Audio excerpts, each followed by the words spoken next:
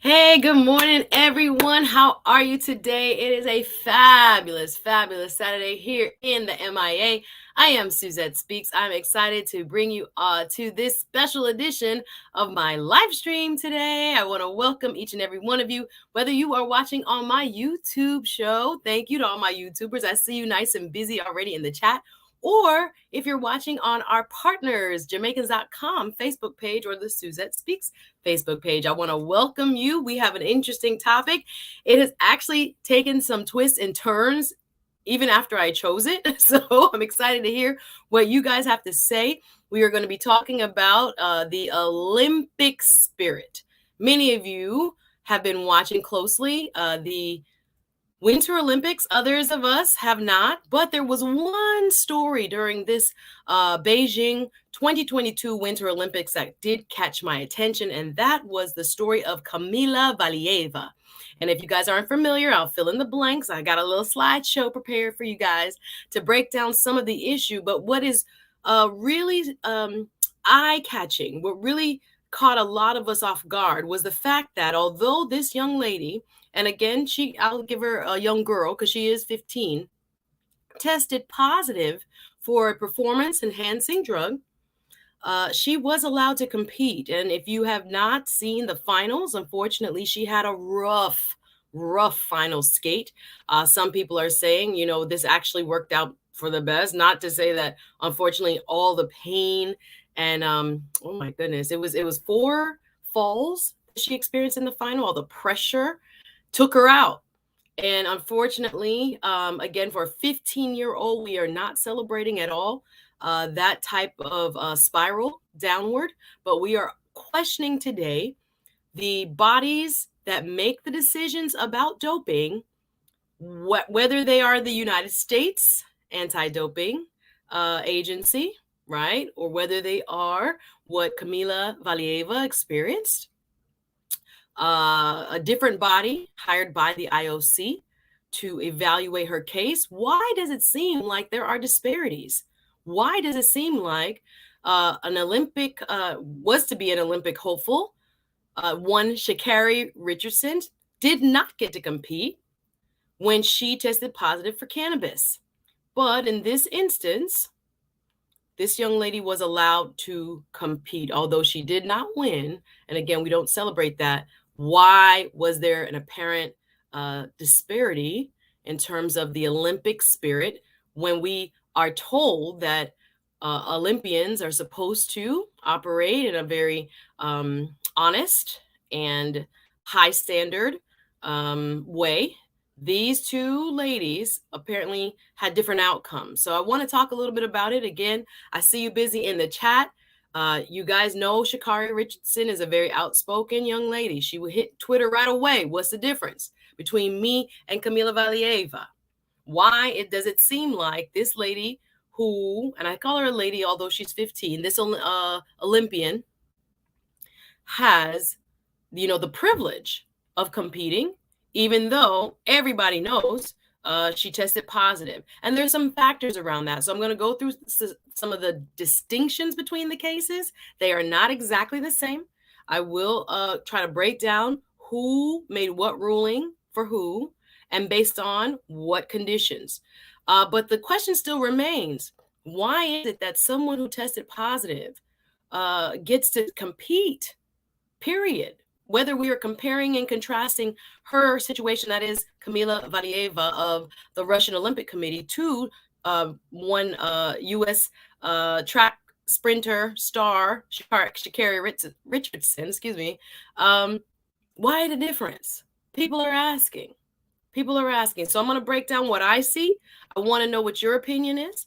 And I want to see if this seems to be a double standard in international a sporting competition. What say you? I know I have my Jamaicans.com folks here. I want to welcome you to the chat. What will happen is I'll drop a link in the comment section. And if you want to, you can join me right here on the panel and express your opinion about the situation. Is there a double standard in Olympic competition? So I'm going to start with just a welcome. Let y'all know this is, again, because of the outcome of the finals, unfortunately, the young lady, Camila Valieva, had a horrible final run. Oh my goodness, heartbreaking, fell 4 times.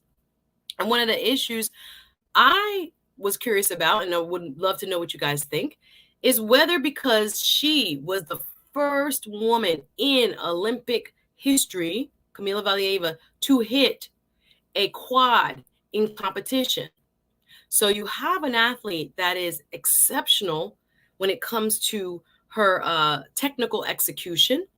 She could hit a quadruple turn. Do you know what that is? In ice skating. She's an ice skater. Of course, Shakiri Richardson is a Olympic runner, or excuse me, an American runner. She didn't make it to the Olympics.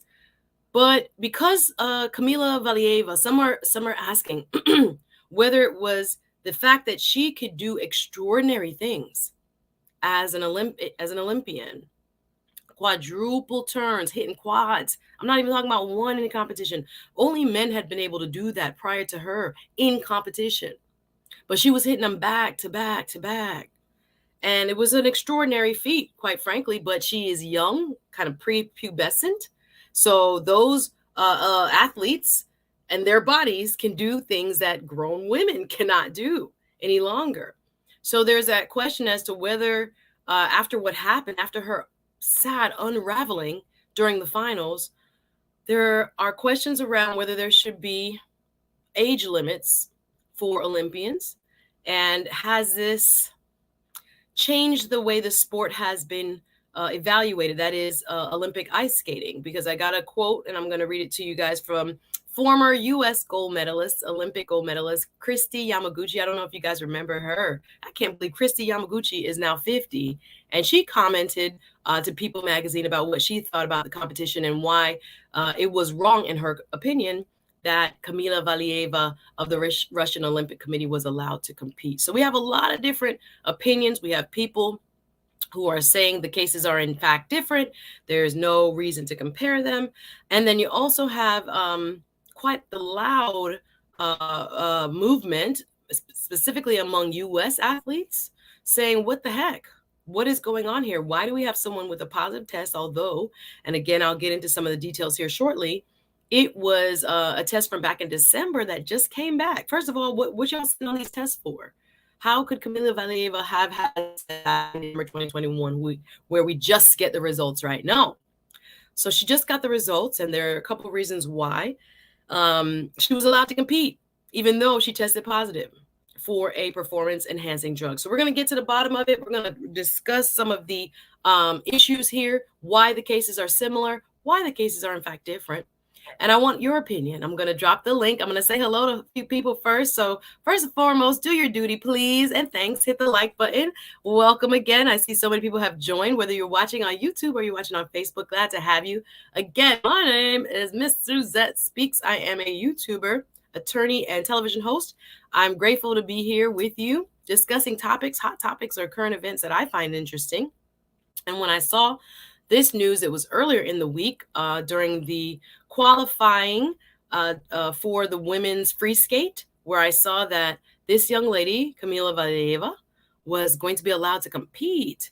And it raised an eyebrow or two. There were many who was like, wow, why have an Olympics if we have people that are able to compete when they are testing positive for performance-enhancing drugs? So she had a reason, she said, why this happened. But beyond that, there were two key reasons why the Court of Arbitration, and I'll go into who makes the actual decisions, because for both ladies, it was not the Olympic Committee for both ladies, right? There are different bodies that regulate it depending on the country. And if it is at an Olympic level, I can't tongue-tied today. If it is at an Olympic level, then they actually use a third party to make the decision. So what is the topic today, y'all? Is there an Olympic double standard? Shakiri Richardson versus Camila Valieva.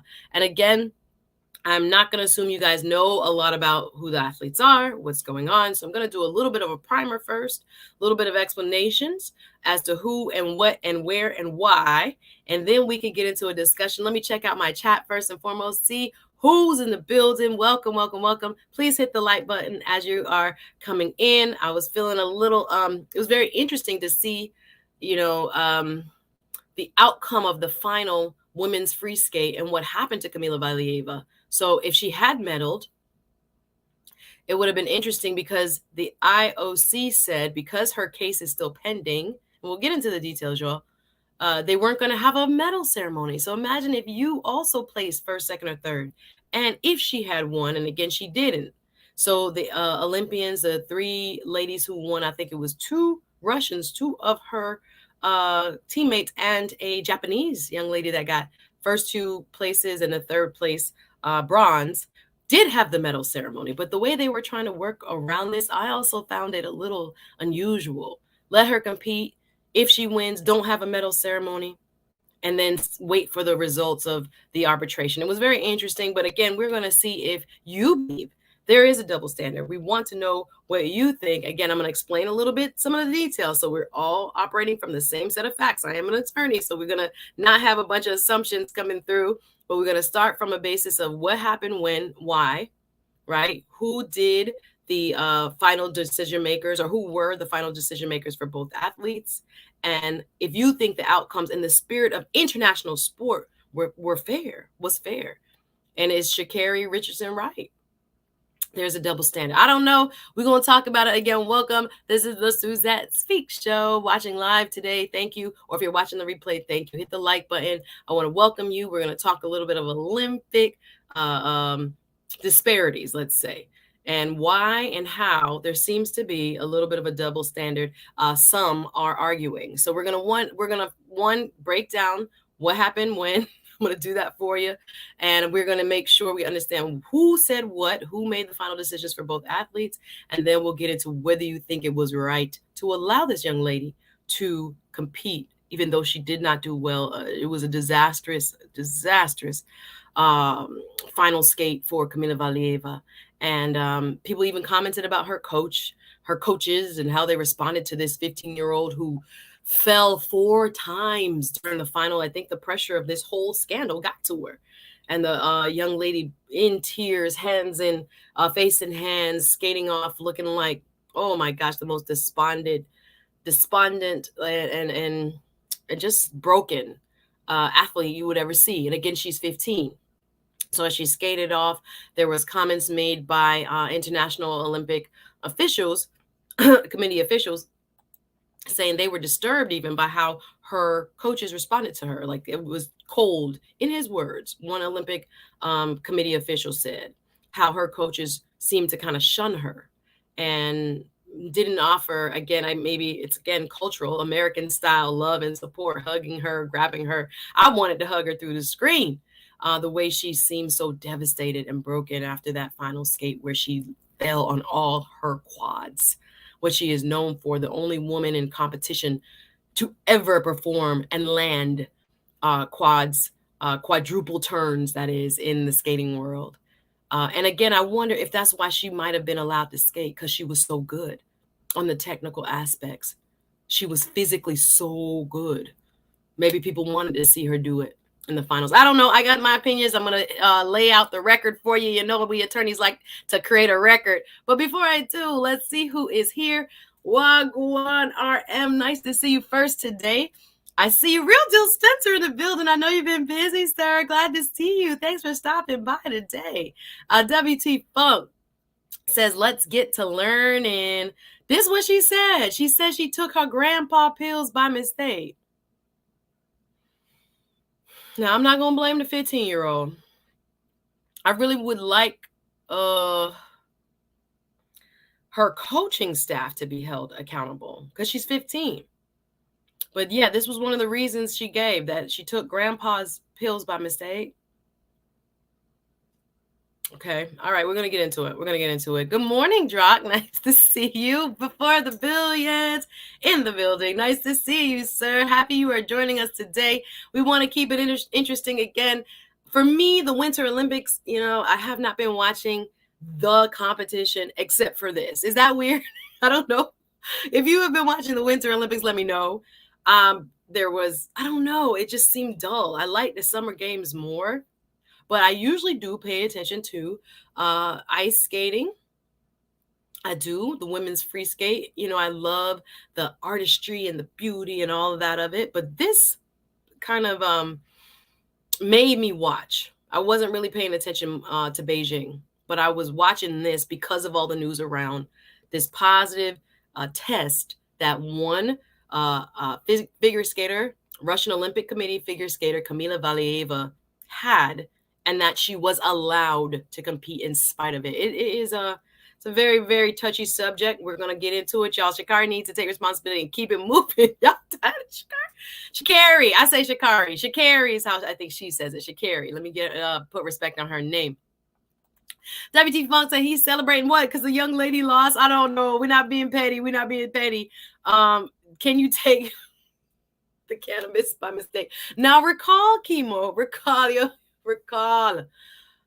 Sha'carri, let us know. This was back in 2020, y'all. We're going to create the timeline. Back in 2020, it was after the passing of her biological mom as to why she was taking the cannabis for, pain and grieving and to cope emotionally with the loss of her biological mom. So it wasn't by mistake. She said that was the reason she took it, as a coping mechanism.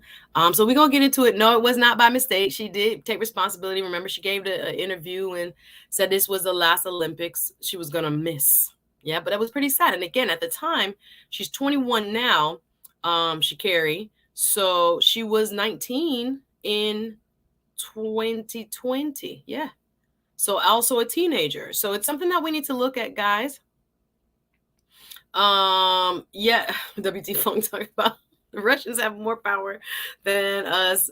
And again, I'm celebrating. Listen, I don't wish nothing bad on anything. It was a horrifying final. People thought she was a gold medal shoo-in, and she totally unraveled. This 15-year-old skater, totally, you could see the pressure. You could see her body language. She was fighting to get back into it. And that wasn't her normal skate. It was not her normal skate. It was quite sad to actually watch. No, are we getting the Russian and the Chinese? No, I'm not. It is the Russian Olympic Committee skater I'm talking about today, Camila Valieva, who had tested positive back in December, but the test was just revealed like this week and was allowed to compete in spite of, hey, Sunbreeze in the building. Let's see. WT Funk says one is a performance enhancer and one is not. Logically speaking, you would think that cannabis is forgiven and the drug, and we'll get into what drug it was, are looked over. Interesting. Yes. So WT Funk adds, absolutely. Olympic panels are super corrupt, and FIFA is too. Okay, tell us how you really feel. Chosen 1200901 says U.S. community told Shakiri not to run, not the Russian community. I hear it. That's a difference. One country chose a standard, one did not. Interesting. And I'm going to disagree a little bit because of who actually made the decision for the Russian Olympian. But yes, I understand your point. Shakiri was actually adjudicated by the U.S. anti-doping agency. So there's a distinction there. You're absolutely right. But let's get into some of the details. Hey, Sunbreeze. I'm so excited. Thank you so much. I did a Patreon behind the scenes while I was at the courthouse. Was it yesterday? Day before yesterday? I was excited. I hope you guys enjoyed it. Patreon. I'm actually going to be doing some behind the scenes when I'm out in Miami, maybe tomorrow. We'll see. But Patreon, you guys know, is my exclusive community membership only, where you get content that is not here on YouTube. And I show you a little bit more about me, as well as some special topics and special speakers and guests that are not here on YouTube. So if you're interested in more information about Patreon, go to patreon.com. Let me throw it up. Thank you, Sunbreeze. Appreciate you so much. Let me find that better real quick. But there you go. Go to patreon.com/SuzetteSpeaks, /SuzetteSpeaks if you want more info. Okay, so we're going to get into it. I'm going to start a little bit. Let's see what your comments saying. Hey, everybody. Thank you. Drop a comment. Let me know where you're watching from. Snuggles in the building. Snuggles says, so say Shakiri Richardson is right. There's a bias against certain people, but she knowingly did something that was against the rules. Does this still make her right? Interesting, Sunbreeze. So you're saying even if there seemingly is a bias, let's say there is, just for argument's sake, why did you, Shakiri, break the rules? You're saying she still had responsibility to live up to her Olympic oath.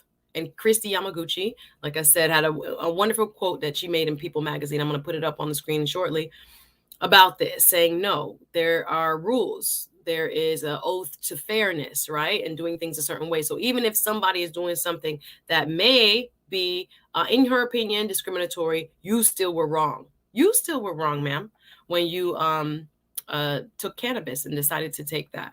All right, Robert L. Esquire in the building. Rob, how are you? No double standard at all. The young lady was on a heart medicine that IOC officials have known about. Really, the young lady is a minor. This is, yes, I'm going to get into it. Thank you. All right, bring the law. And therefore a protected person. Sha'carri is a grown woman. Sha'carri was 19, though, at the time. So she was a teenager as well. But your point is well taken. Rob Lesq Esquire in the building. Yes, the Russians have been, unfortunately, linked to since Sochi. This was what, early 2010s, the Olympics in Sochi. They were not allowed to compete. It was very big, very, very, very, very big story. And so there is this cloud over the Russians in terms of their participation, and the IOC, International Olympic Committee, has allowed Russian athletes, not as the country, but athletes to compete, because they said it's not the athlete's fault that the country is kind of promoting this type of behavior. So they are competing under the Russian Olympic Committee banner and not the Russian flag. There's a distinction. Yeah. So there's some patterns and practices, unfortunately, that have been linked to Russian athletes already. Yes.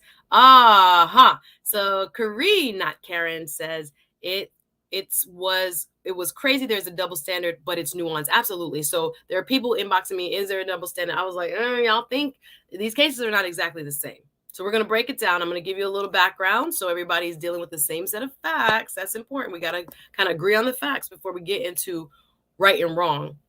Unfortunately, they are not exactly the same. So some of what Shakiri Richardson said, I was like, this is not true, my love. But doping is doping. I'll say that. So comparing the cases, I probably wouldn't do. But doping is doping. So we're gonna read and I'm gonna give you some background as to why. Kimo says, that is so dumb. If she finishes in the top 3, there will be no award ceremony. What purpose does that serve? I agree. Just shows how corrupt these organizations are. I didn't like that as a solution, to let her compete and then no award ceremony. What happened to the other 2 ladies if she were to place in the top 3? Yeah, hey, Errol Wagwan, how are you? I see Snuggles talking about the double standard of the N-word. That's not what we on today, bro. Oh my gosh. Karina, Karen, so sad. There is abuse in play here. Thank you for your opinion. Easy gospel analyst says, we know why this is ongoing. Same reason they didn't do nothing to the people who stormed the Capitol. Wow, y'all taking it there already? I'm just talking about the Olympics. Let me get to this. Very heartbreaking, yes. Even though, like I said, I wasn't sure if I agreed with her being in the competition. I looked at some of what the arbitrator for her case said. The Camila Valieva situation is different because it was the U.S. Olympic Committee that suspended Sha'carri, right? This was a different body. So the International Olympic Committee, IOC, has a third-party body that adjudicates these kind of cases. So it wasn't the same body. Let's start there. There's some differences here. But her final run, if y'all, you can barely find it online. I had to dig to see the final run of Camila Valieva from Thursday, the women's free skate final, which she was favored to win gold. And she was just a thin hair above her Russian teammate. She imploded. Poor girl, 15 years old. 4 falls on her 4 quads after she had been the only woman to land the quad in competition. And it was really, really heartbreaking. No matter what you think about the doping, her, imploding under pressure that way for a 15-year-old, I was like, this girl gonna need counseling. Let's see what you're saying. Not true, love. Let me know what you're saying. Come through. No, that's what they're saying. She was not the only woman in Olympic. Show me where you said. That's what I've read. Show me where you see that. That's what I've read. That she's the only woman to land a quad. Okay, so that's the distinction. Okay, we're saying the same thing. Only she's the first Olympic woman to have landed the quad. Not only. Well, let me make sure. She's not only women. She not only woman. She was the first in the Olympic women to have landed the quad in other competition. Okay, I don't know if we're saying the same thing. I don't know if we're saying the same thing.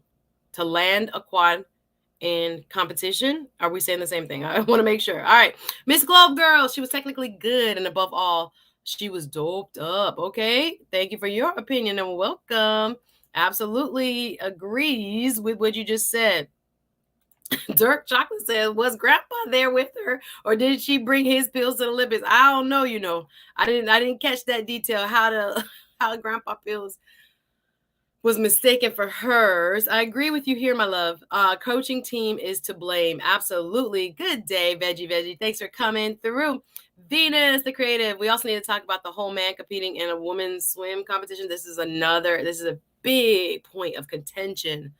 When it comes to trans athletes competing. This is a whole nother stream. That is a huge point of contention. A lot of people are uncomfortable with and don't agree with, right? So yeah, there's a whole, second look we should be taking at this. Interesting. Not true. This happened this year when she was 21. Okay, let me go through my timeline. We got to be on the same page as far as the facts. Because the 2020 Olympics is when Shakiri was adjudicated. So let's make sure we are on the same page when it comes to the facts. No problem, my darling. Venus the Creative says it is a double standard. However, she needs to take accountability for throwing her career away. I hear you. Okay, adding this is a corrupt geopolitical at play. Thank you. The EBH Black Show says cannabis is an enhancer. It helps with performance anxiety. Okay, thank you. Easy Gospel Piano Lesson says cannabis was attacked for a while now due to always keeping a foot on Black people's head. Absolutely. Let me skip down. Lil Marcus. Inside joke.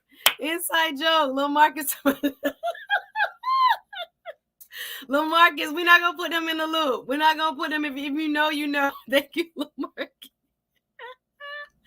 Oh my Jesus. Get the likes up, hit the like button, y'all. This is going to be a little bit of a teaching first, and then I'm gonna ask you to come up. Let's get the facts clear. Absolutely. Let's make sure we are all on the same page. Let us make sure that we understand what happened when.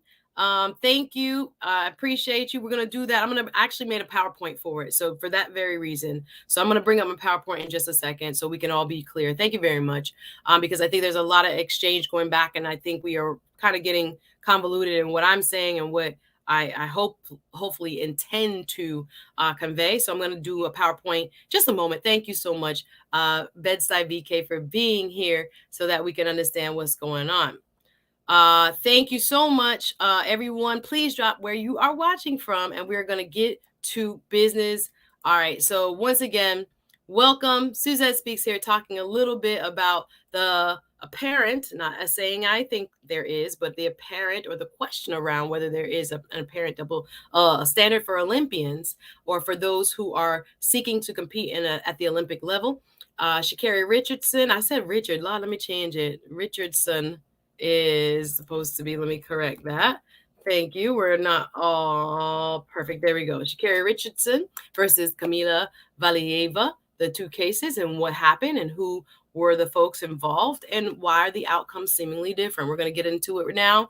Again, welcome. Please hit the like button. Do your duty. Hit the like button. Let other people be able to see it. Again, drop a comment. Let me know where you're watching from. If you're watching on YouTube, welcome. If you're watching on our co-host today, Jamaicans.com, the Facebook page, welcome, as well as those watching on the SuzetteSpeaks Facebook page. All right, so let me come do some work now. So again, thank you guys for coming through. This was a topic, as I said, when I saw the headline, I wanted more information. When I saw the headline, I was so taken aback. I was like, really, what's happening? What are we doing here? And why does it seem as if there may be something awry here? Not to say there is, but it also, for me, kind of triggered a what's really happening here and why? So I went through a couple of news articles, People, Vox, Washington Post, and the New York Times to kind of piece together what was happening when. So I'm going to give a clean, kind of a very, what should I say, truncated look at some of the facts so that you guys can see what happened when, and then we'll go from there. All right. So let's go to who we're talking about. I'm going to assume nothing because not everybody follows Olympics the way, some of us do. But the first person we're talking about is this lady here. Let me go solo on her. You guys remember Shakiri Richardson. So Shakiri was an Olympic sprinter or an Olympic hopeful. Let me say, I'm sorry. She did not compete in the Olympics, an Olympic hopeful, pardon me, who wanted and was favored to compete in the Summer Games. However, during the Olympic team trials, she tested positive for cannabis. So some of the things that we want to highlight about whether or not, again, the cases are similar or different, I want to go through just some of the key highlights, key points that I saw with Shakiri Richardson. And please forgive that number 3. I've tried to correct that 10 times and it's still super larger. So, all right. So tested positive. And actually, I see the difference here. I'm sorry. This should say 2021 instead of 2020. Forgive me. Let me see this. Sorry. I wonder if I can change that real quick. Let me make sure I do this. All right. Hit the like button. A quick change to one of the slides I see now. I need to make, but we're doing things on the fly. Let me make sure I put this correctly and download it. So yeah, we want to make sure we all agree on the basic facts. Thank you so much for your patience as I double download my slideshow just to make sure I have the right dates. It was actually, no, actually, I think I have the right dates. Let me go back.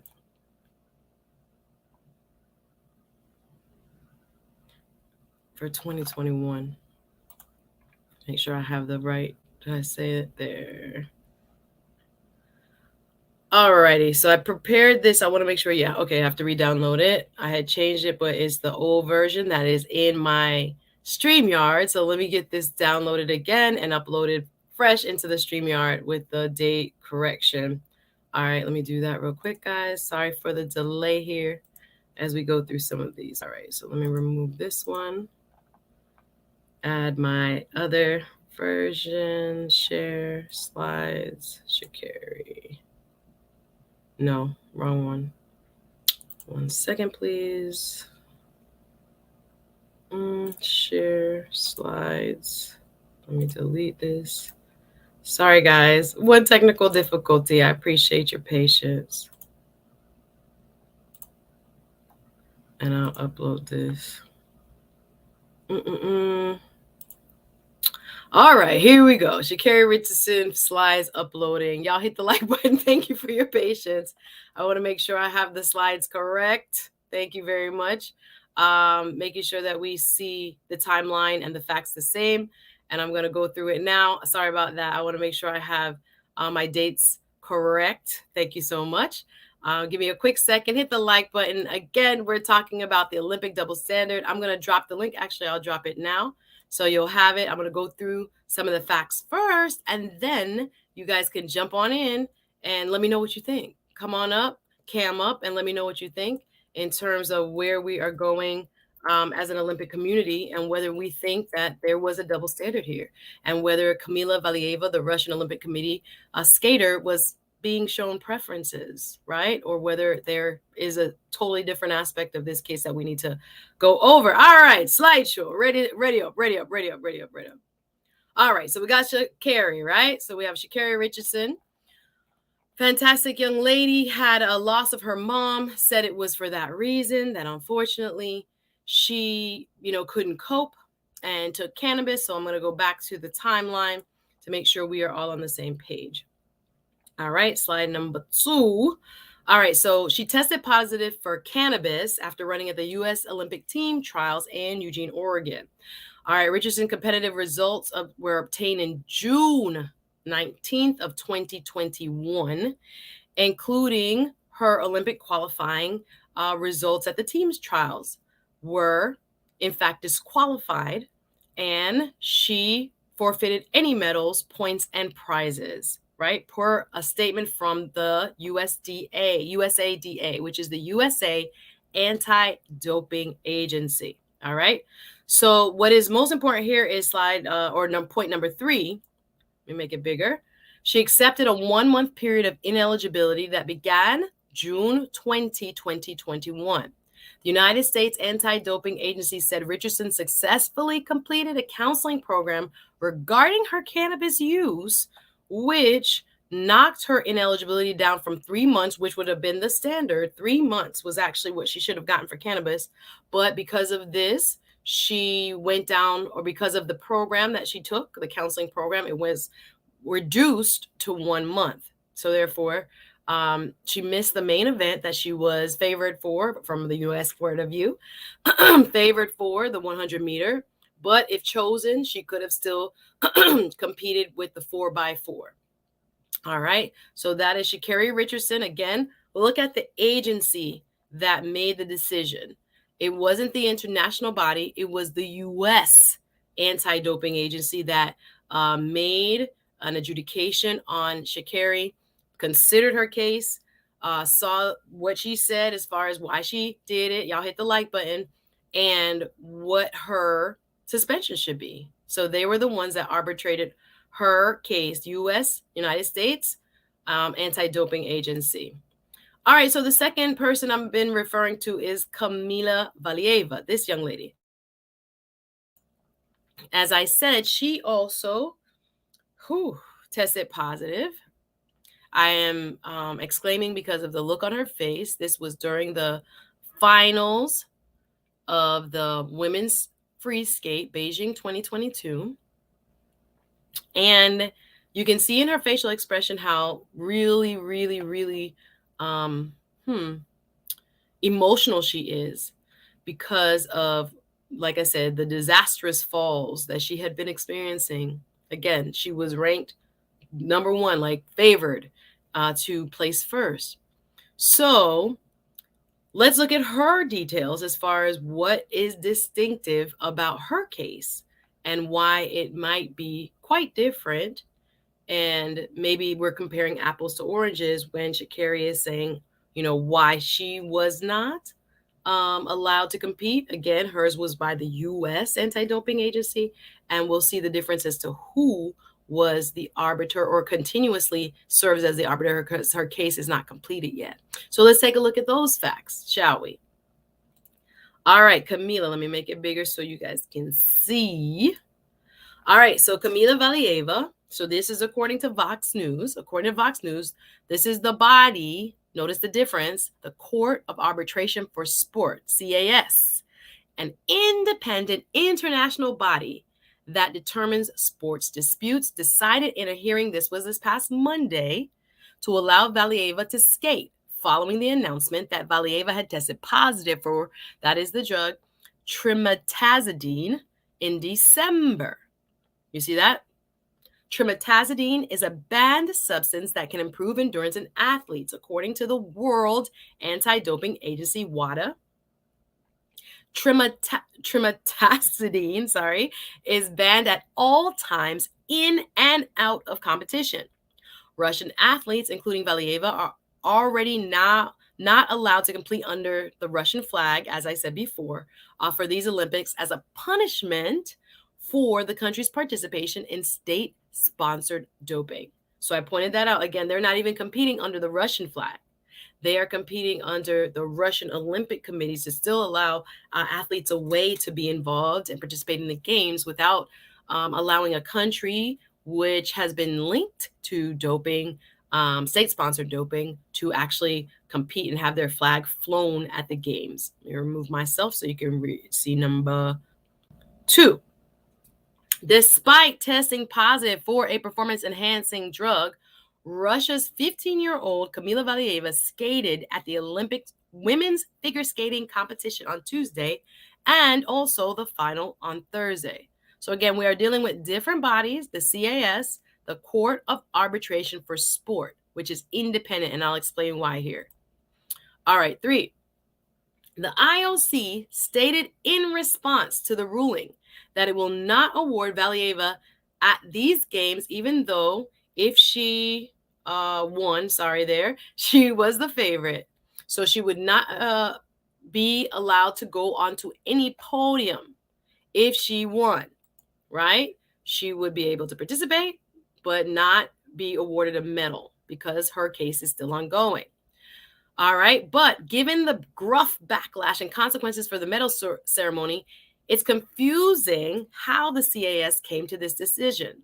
All right. So let me go to number 4.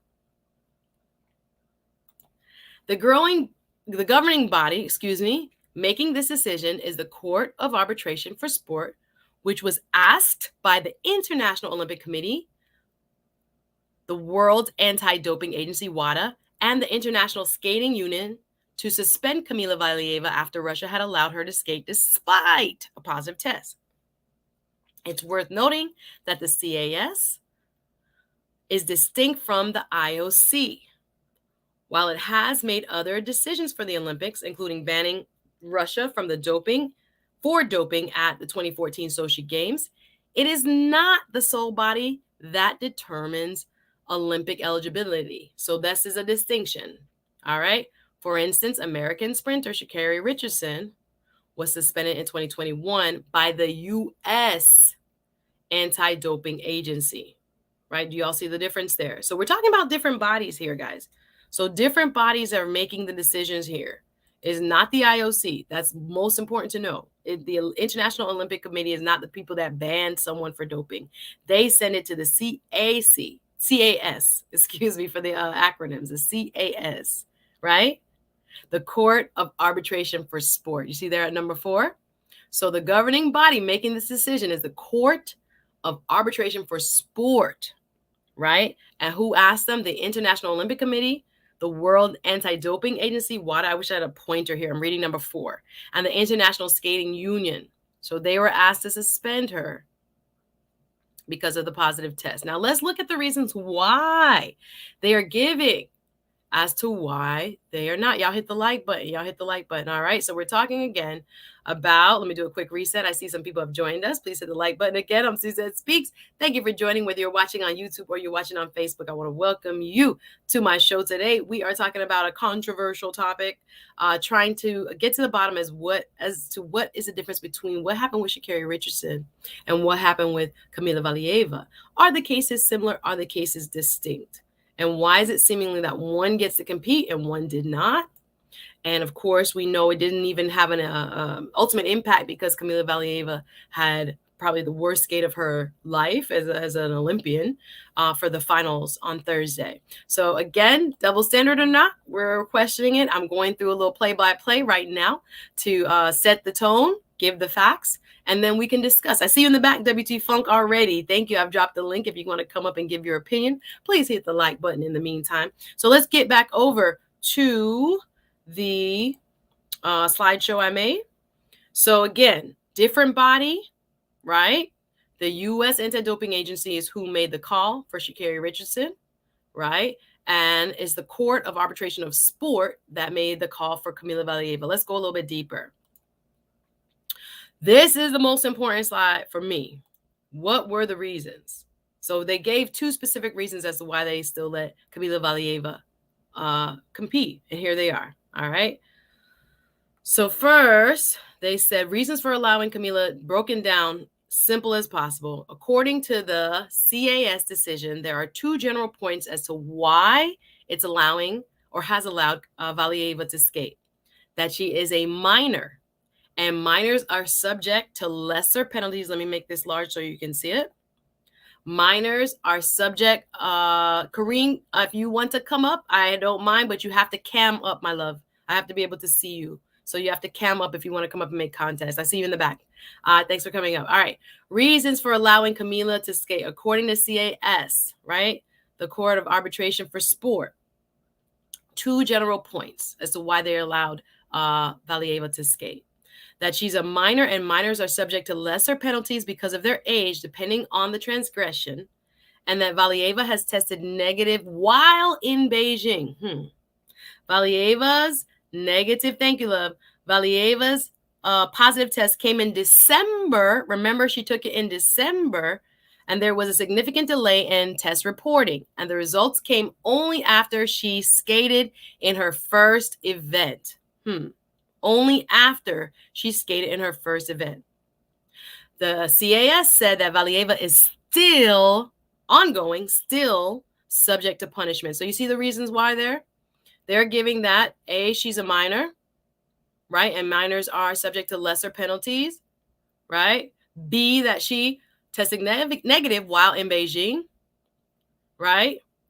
And C, that there was a significant delay between the time where she took the test and it was positive to the results coming during this Olympics. And that it came after she competed in her first event. Y'all follow. I hope y'all follow. Y'all following? I hope y'all follow. Okay, so we see the reasons as to why. Okay, the CAS allowed it. Should they still have allowed it? I don't know. I think some of these points right now are debatable, right? That's what we're talking about today. Whether these are enough or are warranted. And one person I want to kind of bring up, and WT Funk, I'll bring you up first, is what Chrissy Yamaguchi, the former gold medalist for the United States, Olympic gold medalist, said. I want to make sure, we hear what some folks who have competed in the sport have said. But before I get to what Yamaguchi said, I'm going to bring up WT Funk. Hey, WT Funk, how are you? How you doing? You picked a great topic. Excellent. I'm glad you are up here, and let me know, what are your thoughts?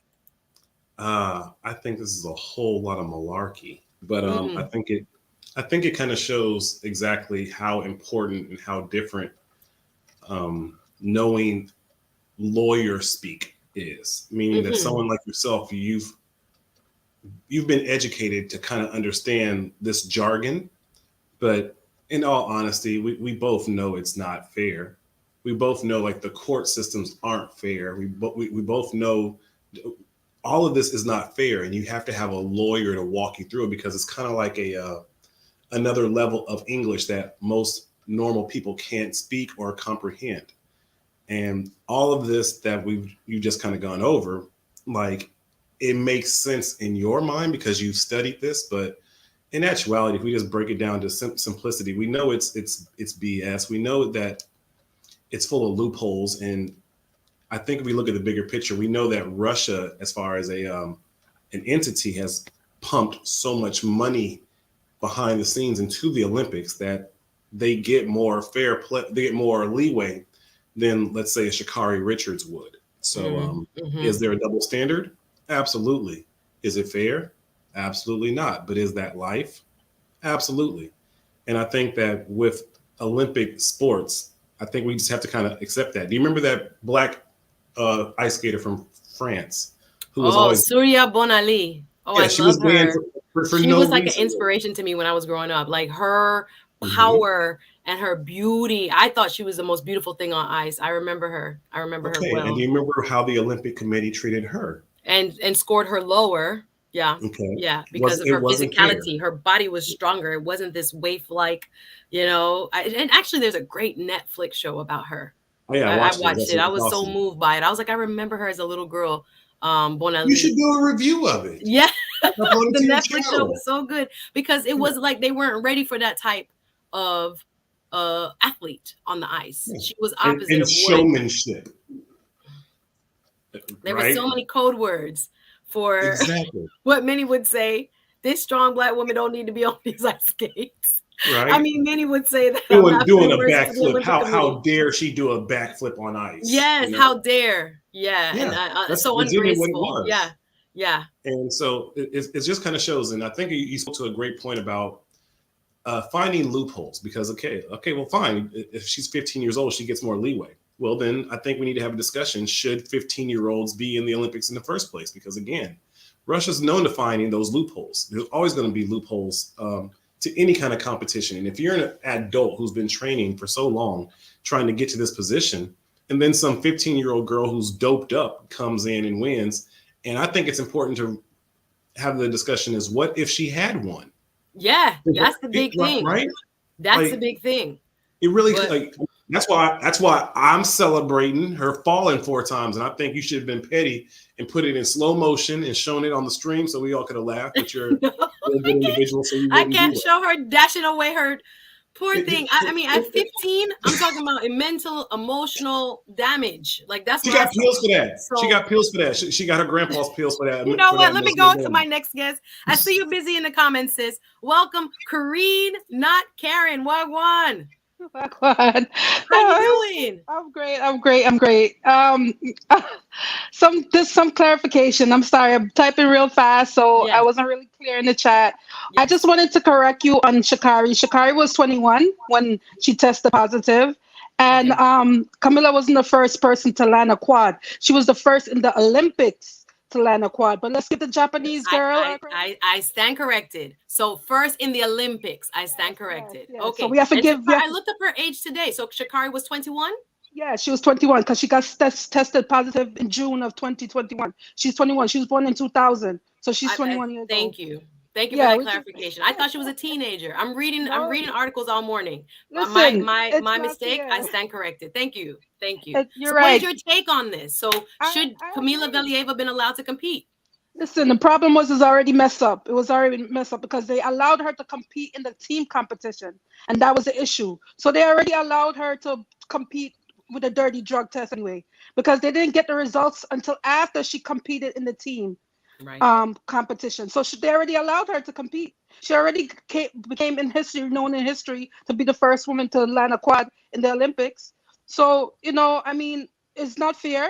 And I don't believe that, we could hold her at the same level as Sha'carri just because I believe it's her coach and her parents and as the Russian people are at fault for this. They definitely dope up that girl because it wasn't only one medication in her system. It was 3. And in combination, those 3 medication, they say help with endurance. So figure skating is not only you perform on the ice, it's the training. So the reason why she needed those medication is because they train them hard, man. Yeah. They get hard. Them girls, if you do documentary on them and you do research on her coach is a mean woman. That's blonde lady? Yes, man. She's a mean I saw lady. on the sideline. I didn't catch her name. I can Google it quickly. But yeah, I saw even the response. What did you think about the response? Did you see when she came off the ice, how the coach was kind of cold towards her? Yes, they're not nice. Her name is Ivanka Punchchild, I think. No, tell me. Ivanka Punchchild. Okay, Ivanka. Yes, go ahead. No, her name is not Ivanka. Her name is Itri Tubiskaisi. Something I can't pronounce her last name. It starts with an E, and her last name starts with a TU something. I cannot pronounce her name. So I don't want to mash up the lady name. Yeah.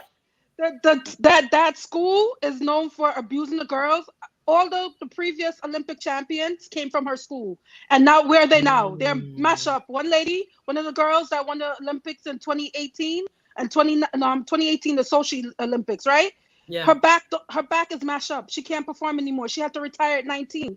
The other one that won the Olympics in 2014, she had to retire at 17 because she got hip problems.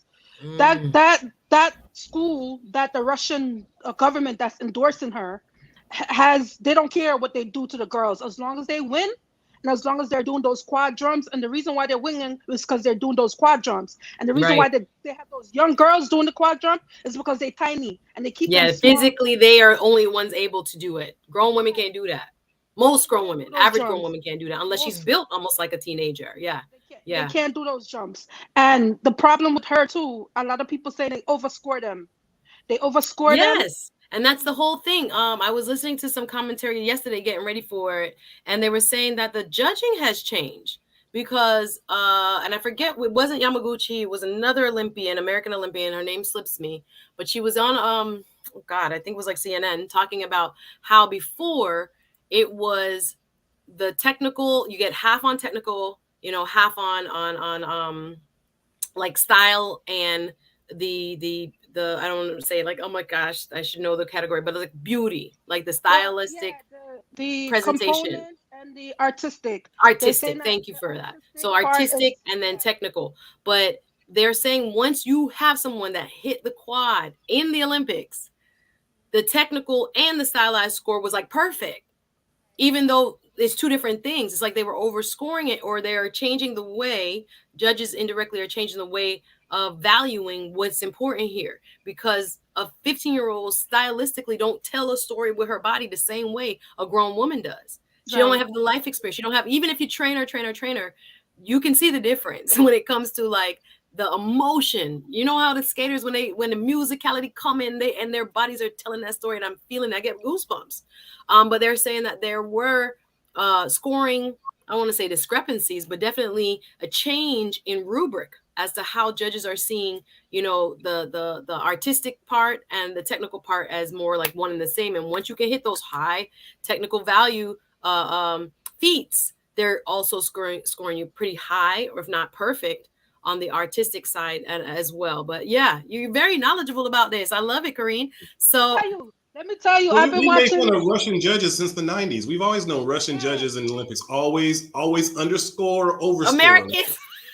We know this. Like it's been legitly in our culture. It's a punchline. We don't. Russians we sound racist, but whatever. Russians always play dirty in the Olympics. Lord have mercy. Don't let the Russian bots come for me now. Hold on now. Go ahead, Karine. The first time I've watched Olympics, I remember coming to this country. It was the '88 Calgary Olympics, and because the Jamaican bobsled team. Oh yes. Then I got introduced to Debbie Thompson, which was a black girl that was up for the goal. She was one of the front runners for the goal. And she's the first black girl I saw. Beautiful angel girl. Like, I don't know what happened to her now, but they did it. They did a Netflix on her too. Her life now mash up. God forgive me. Her life now mash up. What's her last name? Debbie Thomas. Debbie Thomas. Again, as a little girl, I'm looking at the screen like, these women are beautiful, strong. Debbie Thomas never got over that. That they didn't allow her to be. Yeah, go ahead. Yeah. She looked like one of those, those thing in the music box of girls.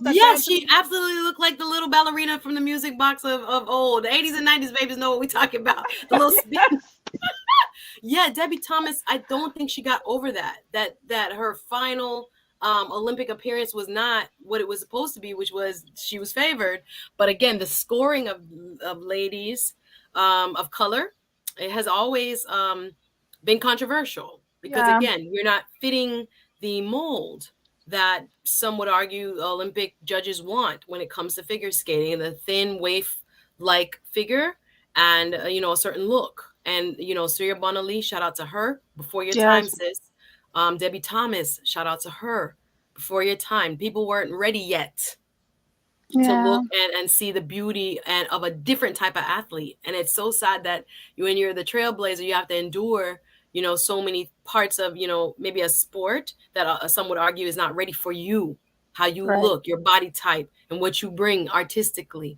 But that's nothing new. This is a part of our story as, people of color, when we get into spaces that have traditionally been, exclusionary for us. People get uncomfortable. People get like, oh, well, no, we can't have that. That's not our ice princess. That's not the person that we want in this mix. WT Funk, what you want to add? Do you remember how hard it was for like people of color to actually even kind of get music that was upbeat, because they had the skill set to have a different style of ice skating, and they had to still do that classical music. And it's like, I think ice skating has never really been something we've been ever like welcomed into. Maybe no, at all. I'm seeing saludos, Suzette desde la calle. He in Miami for 3 days and he's speaking Spanish. He in Miami. He ain't told nobody. Listen what I'm saying. You come to Miami and you didn't tell nobody. You didn't even send me a little Patreon message. Lee, I'm gonna put you out there, bro. What you doing in my city? And you like, oh, by the way. Lee dancing with his stiff hips and a cigar. That's what from Domino Park of all places. I'm like, Lee went to the most Hispanic like center of Miami. I'm like, Lee, come to a little bit of where the other folks. Lead smart. Lead stay away. They crazy in Miami. Went to Don't like you go the there. heart Stay of where the Little retired Havana people are. and was like, "What's up? Y'all can come down here and be." I'm like, Lee. He was safe, wasn't he? I don't know. I was like, Lee at the Domino Park and like way south. I'm like, Lee, where are you now? You need to come north a little bit. No. Lee, come to Miami. Lee, I'm gonna be out. I told you where I'm gonna be tomorrow. What's up?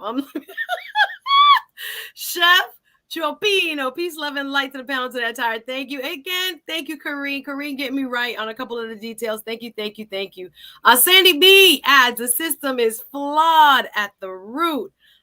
Lee getting the salutes from Big Time Drum in the building. I see you. Kinarda. How are you? These corrupt systems and organizations should never be held in high regard. Whether you are a viewer or a participant, they are who they are. I hear you, my brother. Yes. Lead saluting people. Thank you, Kareen. She said she had to leave. Okay, thank you. I appreciate you, darling. Thanks for coming through. Let me get back. Y'all know what the topic is. Is there an Olympic double standard? We're talking about the similarities and differences between the Shakiri Richardson suspension and what happened recently in the 2022 Beijing Winter Olympics, where Russian Olympic Committee athlete Camila Valieva was allowed to compete. She did not win. She had a horrible final, sadly so. And no, WT Fund, we ain't not cheering. It's a child. 15. It's a child. No, it's a child. Look, 15 in Russia is not 15. You know what? Your opinion, not mine. TTOO says, when you enter a game and you are judged by other races, you know the cards are stacked against you. Your opinion, thank you. Why would you expect something different? I hear you. Bubbly bubbles. Because the Olympics are supposed to, like, it's literally in the ring. It's supposed to be fair. Lee. I did not say red lobster. I said red rooster. Lee talking about you trying to give me the red lobster brunch with the $24 devil. Lee, how many people in the chat yesterday when Lee was live from, I'm talking about the heart of Little Havana, talking about a sombrero with his cute fedora on and the Miami Vice shirt. I'm saying though, talking about, I would try to tell him, I'll meet you up. Why don't we have a drink? Get the red rooster. He talking about, why she going want me to go to Red Lobster? I didn't know that was you he was talking about. I was like, I did not say no Red Lobster. What I look like? You in Miami, bro. You talking about? But Miami is a big place with lots of culture. So you went straight to, I mean, ain't nothing wrong. Versailles. Big up Cafe Versailles or Versailles. You should to the casino. But bro, the casino in Miami. I'm gonna be casino Miami. Yeah, the casino is legit.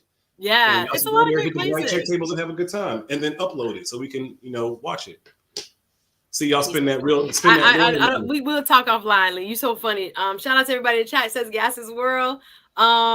Yes, don't do that. Miami has like, hello, Lee. Like went to, I don't know where his Uber driver took him. I'm like, Lee, who goes there? Like, there's also a lot of Afro-Caribbean wonderful restaurants. He only want the Cuban side. I'm like, what's up? There's so many other places we could go. Right? Hello. Yes, looking like he was on safari, they said. I thought he should have showed up with a red tie. That'd have been funny if he had his Hawaiian shirt and a red tie on. Oh, really? Come on. Kimo says. I was out of high school at 15. I was a full man. You trying to say Camila was like, oh my Jesus. TLA isn't a 305 saying that he didn't tell nobody. He just gonna show up. I mean, could you make a plan? Could you say, hey, I'm gonna be in your city? Now I was like, well, that means he already got plans. You know what I'm saying? I'm not gonna rain on the man parade. That means he came to do business. Business. I said, you sent me a DM. TLA, really? I thought we were better than that. Okay. I told him Red Rooster. Thank you. Other people know I'm not going to take you to no janky Red Lobster if you down here. Hello, somebody. Hello. Thank you. Miss Globe Girl was on the stream. Clearly, I kept saying Red Rooster. TLA keeps saying Red Lobster. Sir, come on now. Thank you, Gases World, with the super sticker. No comment. Just love. Thank you, Guesses World. Lee doing it big. He's here playing, I don't know, Pablito from Lee had on, I'm talking about the exact thing a Miami tourist wears. Yeah. When he thinks he's in Miami. I was like, this is what Atlanta boys do, Atlanta men do. They come with the fedora. They come with, like, it screams tourist. I loved the shirt, like a Hawaiian shirt he had on yesterday, talking about he had the Domino Park. I'm like, this is my boy. This is my boy. Is that what it is, Ebony? Thank you again, Guesses World. Lee wants to practice his man, and I was like, I don't know why he went way down there.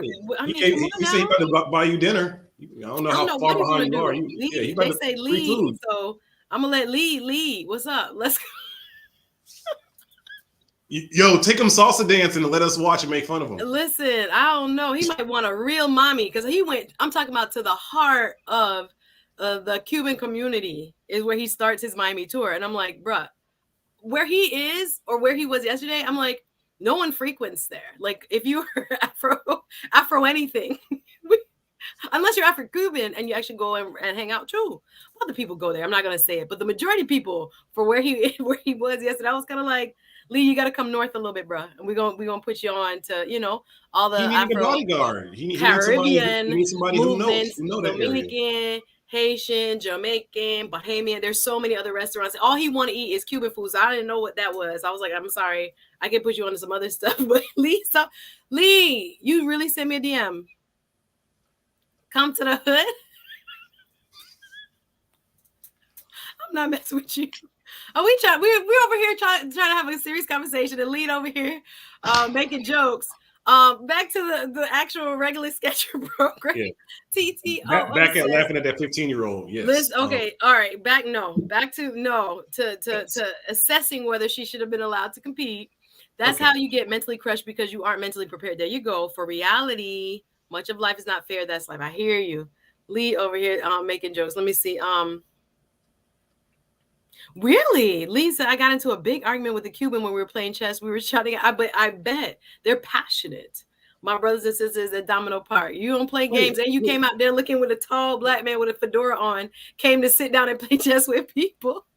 Thank you, Cindy. He can't play dominoes, right? Yeah, he doesn't know how to play dominoes. He playing chess at the Domino Park, but okay. But he said he's never played. He doesn't know how to play dominoes. It's like somebody got to teach him. Like that's real talk. Yeah. You come to Domino Park, you better know how to throw them bones. I hope somebody teaches you, Lee.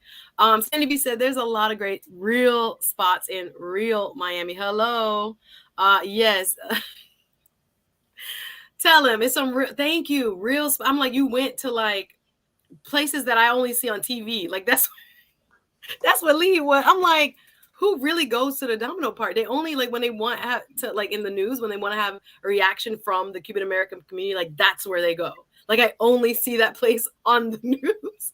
And Lee is chilling there. Like I was like, well, that's brave. I think that's great. I mean, maybe we need to get out more. But it was so funny. Watching it and listening to everybody's commentary when the lead attorney was live yesterday, straight from Little Havana. Ooh, it was funny. Anyway, Lee says, come on to the hood. I got you to leave the Red Lobster. For the 50-11th time, I said Red Rooster, sir. And it's not in the hood. It's actually really cute. And on Sundays, they have a nice reggae night. You're welcome. So you can step out of La Casa Cubana and come over to other parts of the Miami diaspora and come check us out. Anyway, you know where I'm gonna be. So Lee got jokes. Yeah, should have made that Cuban take a trip. Y'all messy. I'm gonna show y'all messy. Oh my gosh, I can't take it. I can't. Yes, I agree with you, Ebony. Clearly, he needed a Jamaican to help him play some dominoes. And I'm like, who doesn't play dominoes? Coming to Miami and go to the Domino Park talking about he want to play chess. Okay, but I was actually doing a show, Lee. I'm gonna get back to actually what the people came here to see. Let me do some heavy lifting. All right, so let me get. I had a slide with Christy Yamaguchi. I had a slide with Christy Yamaguchi. I'm just gonna drop you down for a quick second, WT Funk, so I can show the slide. So again. let me do a reset here because people might be confused as to what the show is about. I'm gonna welcome you. This is the SuzetteSpeaks show channel on YouTube, and I appreciate all of you guys watching. Hit the like button, please. Whether you're watching on YouTube or you're watching on our partners, co-hosted today by Jamaicans.com each and every Saturday. Thank you to those who are on Facebook watching there, as well as on the SuzetteSpeaks show on Facebook. I always like to bring you hot topics, whether it's current events, whether it's personal development related. I'm switching up the channel a little bit, tiny bit, focus a little bit more on the current event side and the legal side and social justice side of things as we are getting ready for a big political year. So I will throw topics out there that I find interesting or that kind of, piqued my interest. So I hope you enjoyed the discussion today. We're talking a little bit about the Olympic dilemma, right? Is there a double standard that is being applied, even though, as I went over, there are two different bodies that arbitrated the outcomes. One was the United States Anti-Doping Agency in the case of Shakiri Richardson, who was 21. Thank you for that, Karine, at the time in 2021, who was found responsible for, breaking the rules. Had taken cannabis, and what she said was an attempt to dull, the pain of her losing her biological mother. That occurred. That test was during the Olympic team trials. She was suspended by the U.S. Anti-Doping Agency for a month. The required by their rules would have been 3 months, but because she had gone through a program for cannabis usage, she was given 1 month suspension and was not allowed to compete in her signature race, the 100 meter at the Olympics. Fast forward to now, we're talking about Camila Valieva, the Russian Olympic Committee ice skater, who competed this week even after she had received a positive doping test. So I went over some of the facts. If you're just joining us, I kind of had a little PowerPoint going over that it's a different body, the Court for Arbitration for Sport, right, which is a separate entity from the International Olympic Committee. That's who the Olympic Committee goes to and say, listen to these cases when there are disputes about being, suspended, right? So that court said, based on 2 or 3 main key issues, they thought she should compete, even though she had tested positive. And just as a quick review, the main reasons given here, according to the Court for Arbitration for Sport decision, there are 2 general points, right? She's a minor, and minors are subject to lesser penalties because of their age, depending on the transgression, and that Camila Valleva had tested negative while in Beijing for the 2022 Winter Games. Valleva's positive test came in December. And I don't know why. I still don't understand why they just tested the girl. I don't understand, or why they just get the results. Excuse me. Why? Why would a December test just get results in February? That's a very tricky thing to me anyway.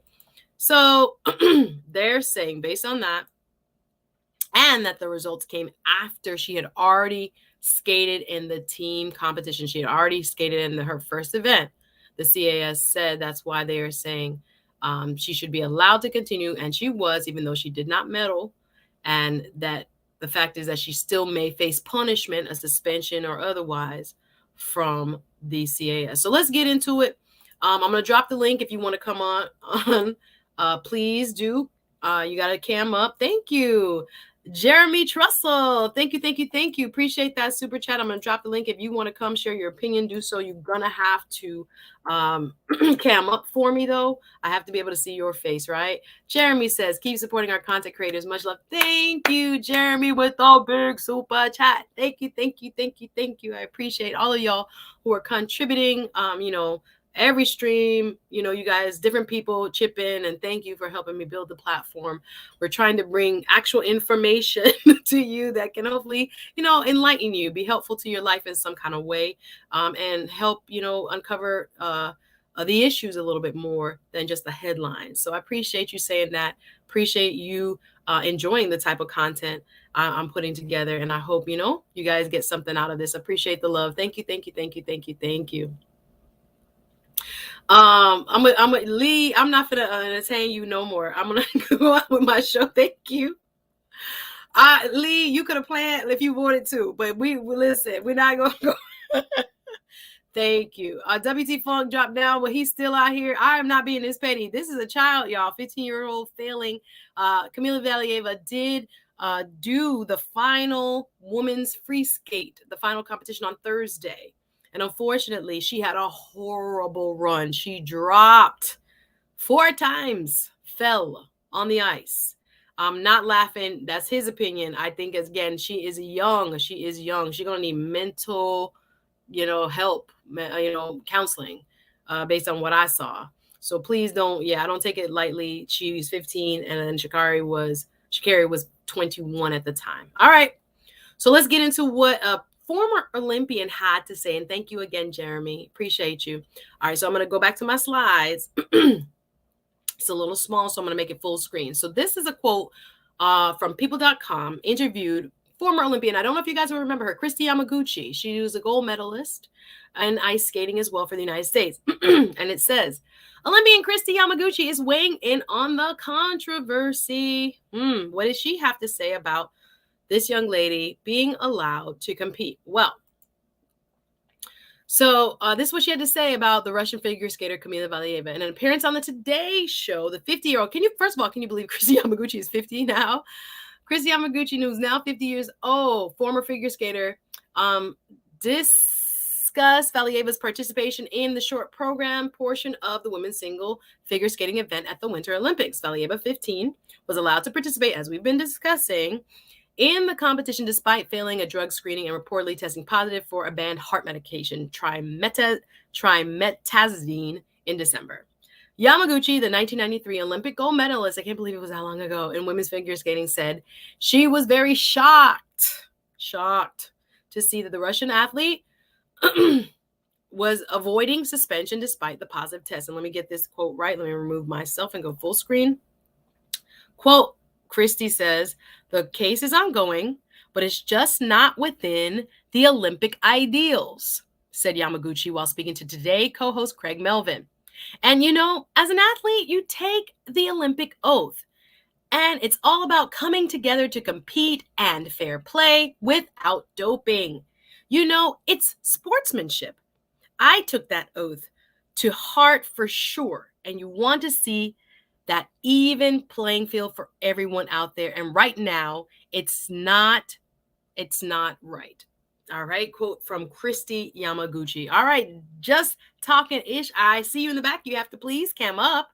I have to be able to see you to bring you up, sir. Please and thank you.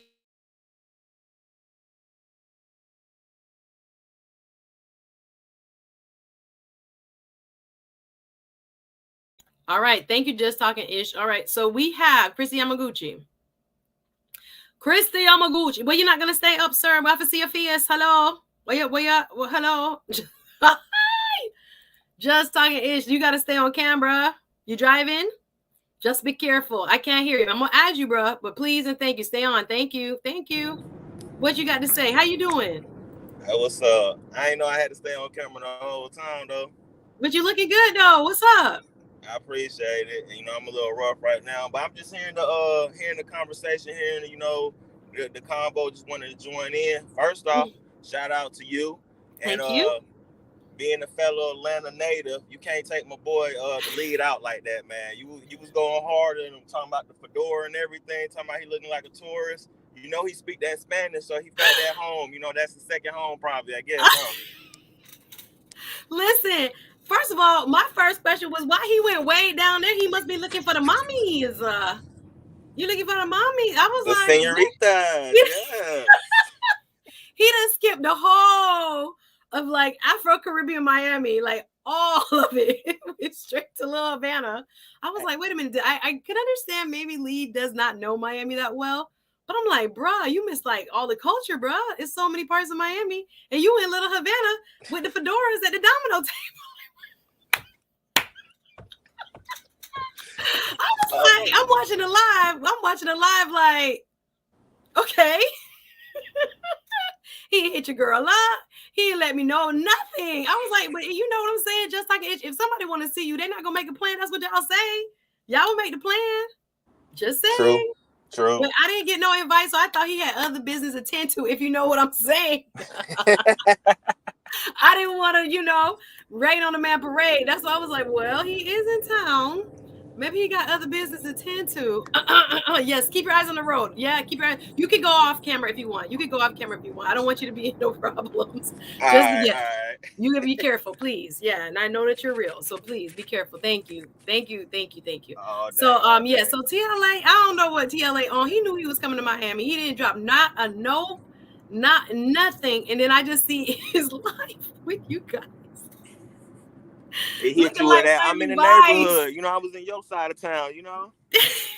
I'm like, there's so many other places you could be right now, TLA. Where are you? Like, what you doing? But I'm with, like I told him, I know that like I'm much more on the Afro-Caribbean side of Miami. So that's your stubborn ground. If he want to take the Uber up the road, he could come. If he want to take the Uber up the road, we can show him real Miami. You know what I'm saying? So I don't know if he's ready for that, man. His hands start to get the moving and everything. He see all that vibrating and gyrating. I don't know, man. I'm talking about straight Miami Vice. I was like, oh my gosh, Lead is at Domino Park. Wow. I'm like, have I ever been there? I'm like, I only watch it on the news. Like, what in the world? But if you're a tourist and you want to go somewhere, I see how you could find that. And the Uber driver says, yeah, I know where to take you. Yeah. So you got to check in, Lee. I don't know. But then I assume, like I said, he had other stuff to take care of. Thank you, Sandy. Interesting conversations. He said, yes, the main conversation, guys, is trying to get to the bottom of what happened with the disparity or apparent disparity between what the ruling on Shakiri Richardson was and what Camila Valieva's ruling was. Two different bodies made the rulings, and we wanted to get to the bottom of what it is. But just talking, so you up here trying to advocate for TLA? Is that what happened? I mean, TLA, my boy, I've been on his live before and stuff. He probably remember me as Mr. You feel me? I had the chat going crazy with you feel me and stuff, so he'll remember that. But listen, fellow Atlanta guy, man, ATLian, man, good guy, man, so far and stuff. So the fact that he didn't let me know he was coming, don't hold it against him. Nah, you can't hold it against him because y'all, at the end of the day, it's Florida. Y'all know that's a whole different world down there, even though we just, stayed away. Okay, I was like, but he could have dropped a note. He didn't have to say nothing. He could have just say, hey, by the way, I ain't get no note. So I figured there was other business. So I didn't want to put myself out there. Hey, you just gonna have to pull a you on you. You gonna have to pop up to Atlanta and just hit them with the same thing. Okay, and then be like, your city, what's up? I mean, come on, you came to my city, no heads up, but it's all love. But I told him where I was gonna be tomorrow at the reggae spot, not the Red Lobster, the reggae spot. They have a dope Sunday night there, really nice. It's free. You got to spend no money. Are we sure we're gonna go to a club that ain't got no cover charge? It's a restaurant bar. It's a restaurant open air bar. It's not a club. I didn't even want to take him out no club. I want a lounge. You can talk, have your little drink, get your little two-step, get your little whining on. Look. Where you at, Lee? Where you at, man? Reggae vibe. He went straight to Little Havana. I'm like, who does that? I'm like, what? Okay.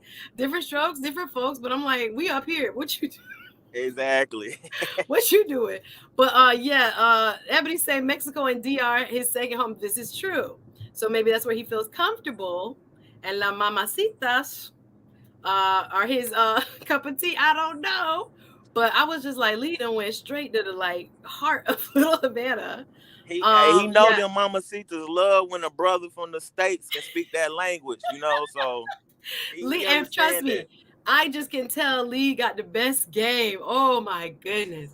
When Lee starts speaking that Spanish, I'm sure they just melting like, oh my God, your Spanish is so amazing. I just know he's having a good time. Let's go. Thank you. Okay, I wasn't wrong. TTOO says Suzette speaks facts. I would definitely make plans for a woman I'm interested in if I'm coming. That's what I said. So maybe he just want to be, the homie, and I'm cool with that.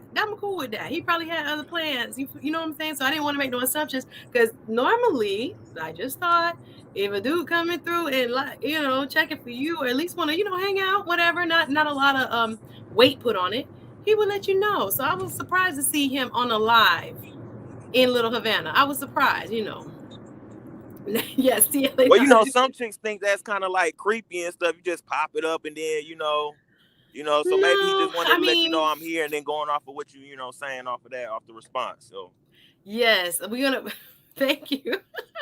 There's some people on topic, some people on TLA. TTO says SuzetteSpeaks blaze this topic. Thanks for sticking to the facts and showing us the rules in black and white.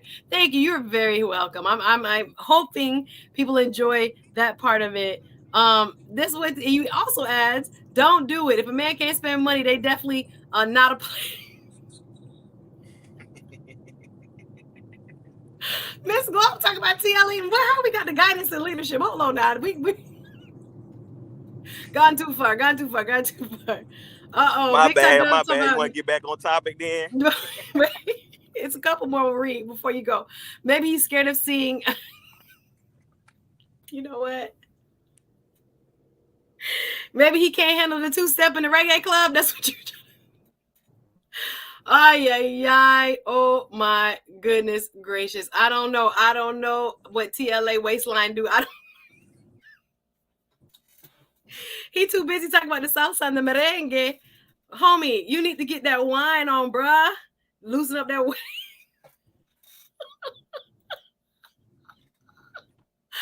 They talking about no, he does not. Oh, yeah. I don't know. I'm gonna leave TLA alone. Let's leave TLA alone. That's my brother, y'all. If he want to hang out, I told him 11 times yesterday where I'm gonna be Sunday. If you want to come through, have a little drink, two-step talk, it's what it is. If you want to go to dinner, I think a gentleman makes his plans, right? Am I wrong, Just Talking Ish? Uh-oh, you breaking up a little bit. Say one more time what you just said. I might have to let you go because it's breaking up a little bit. Go ahead. Darn, I want to hear what you have to say. Yeah, you can hear me? I can hear you now. What were you saying? I can hear you now. I can hear you. Go ahead. I'm here driving in these country roads. I can hear you. Thumbs up. Can you see it? Thumbs up. I can hear you. Oh, okay. Just Talking. You good. I can hear you.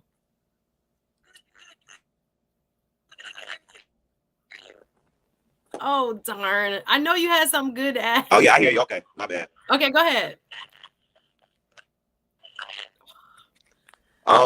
I really was called. Oh, man, Just Talking. It's not coming through. It's not coming through, bro. I'm going to remove you from the screen. You can log back out and log back in if you can hear me. Log back out, log back in if you can hear me. Oh, y'all so funny. You done slipped up. Exactly. Now Miss Clove girl talking, we can't even see his legs. How he gonna whine with no so bad. Oh Lord, Ebony say Tasha K said he had that stiff waistline. Now I don't know. I cannot verify or deny. He playing games, y'all. He didn't even tell me he was coming. Like, who comes to Miami? He didn't tell me he was coming. But like I said, I already assumed that there were other plans he had. So let's leave that. Yes. How is Just Talking Ish defending my bro? I don't know. That must be the Atlanta thing. Just Talking Ish. Can you hear me? Oh, darn. I wanted to hear your last statement, bro. You might have to log out and log back in, or obviously you're driving. Be careful. Can you hear me now? Log back out and log back in. Yeah, so we talking all over. Yeah, so I was like, TLA go straight to Cuba, little Cuba, and skip all the rest of Miami. I'm like, bruh, who does that? Like, what we doing? Caribbean Miami is where it's at. So if he willing to explore, shout out to all my Haitians, shout out to all my Bahamians, shout out to all my Jamaicans, my Trinis, Guyanese, Bajans. There's so much more to Miami than Little Havana. Nothing wrong with Little Havana. Big up my Cubans as well. But I was like, Lee, that's why you call people before you get in town. That's why you call them. That's why they let you know what's up, where to go, what to do. But yeah, I will see, guys. Again, I'm not pressed. It's not like that at all. But if he wants to make plans, I'm open to it. That's all I'm going to say. That's all I'm going to suggest. Thank you, Sunbreeze. Working hard, RM. I see you. Hey, Neville. Nice to have you. Hope you're enjoying the conversation. I see Gaston's World in the back. Oh, Lord. Gas the world. What you got to say? Ebony said he not ready for the road. TLA done went to go do some salsa merengue. Yo, I'm gonna teach you how to get the waistline going. TLA, is he ready for that? I don't know. TLA, stop playing, man. I agree with you. Stop playing. I don't know. You know I'm just playing. Gaston's World, you up here? What is going on? How are you? I'm good. How's it going? I was just doing a little stream about the Olympics, and now I'm on TLA, but I'm good. How you doing today? I think it's all fitting because it's the rules are different in black and white. Like I was telling you, if a guy go to Atlanta, from Atlanta, or a guy go to Miami from Atlanta, we just down there to get the full, Miami experience. So yeah. So you go straight to Little Havana first, right? We gonna go to Scarface territory. What? We gonna go. Hey, okay. You want to play rough? Okay. He don't want to come to Little Haiti. He don't want to get down to Wynwood. He don't want to do none of that. He just want to go. Well, that's on the menu. For the weekend. The first thing we're gonna do, got some cute spots. Let's go. Look, we gotta go to the Little Havana. Go to where they shot Scarface. See all the sights. You know what I'm saying? Big Time Drum says, yeah, it's far though. Joy's up in Broward, but I love Joy's Trinity food. If he wants to try authentic Trinidadian food, oh my gosh. And it has a nice vibe too. They play Trini music. Yeah. But he don't want to hear about that. He want to go straight to Little Havana and Cafe Versailles. I'm like, what? That's just the first stop. That was just the first stop. TLA, really? That's what we do when you come to Miami? Anyway. Jeremy Trussell says, I think the chat supports TLA taking you out of. I cannot make a decision, right? They say the man leads. Look, he said he hit you up, so I'm gonna have to check the DM. I'm actually kind of scared to check the DM. Nah, he hit you up. He was like, "Hey, I'm down here. What we doing?" You said Red Rooster. We gonna see. If you have a little mama that blaze and get money with no drama, we both bosses. We party. Okay, everybody on this party now. Salute, Peter Investor, and we had a real show going, guys. Good to see you. Bunch of weak excuses. Red flag. Me or him? Hold on. Who got the red flag? Ay. Doug with the super look, before the billion said they had chess. He wanted to go play chess, man. I was like, okay, that's interesting. But he was like chess club president at the university level, so he's really into chess. So I can get that. But you could tell he ain't called nobody. He ain't called nobody to say where the spot at. Because we were like, he hit you up. Come on. Hit me up on a live stream? No, he hit you up on a deal. He was like, look, you're right. I should have hit you up. My bad. Y'all making excuses. Doug, big up yourself. Thank you for always supporting. If I do see TLA, I'm gonna put it right on the Patreon. There you go. Y'all go out to the Patreon exclusive. Take them out to the to Red Rooster. Red Rooster, not Red Lobster. Oh my gosh. Y'all so funny.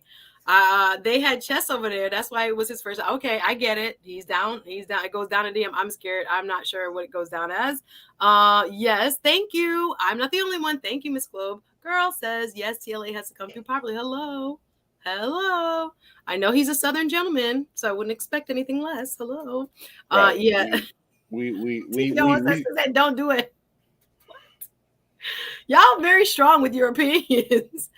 I mean, I would meet him for a drink. It's just a drink. I mean, get to know him. Even if it's networking, I would meet him for a drink. Y'all associates, watch. Y'all gonna have a good time at Red Rooster. But anyway,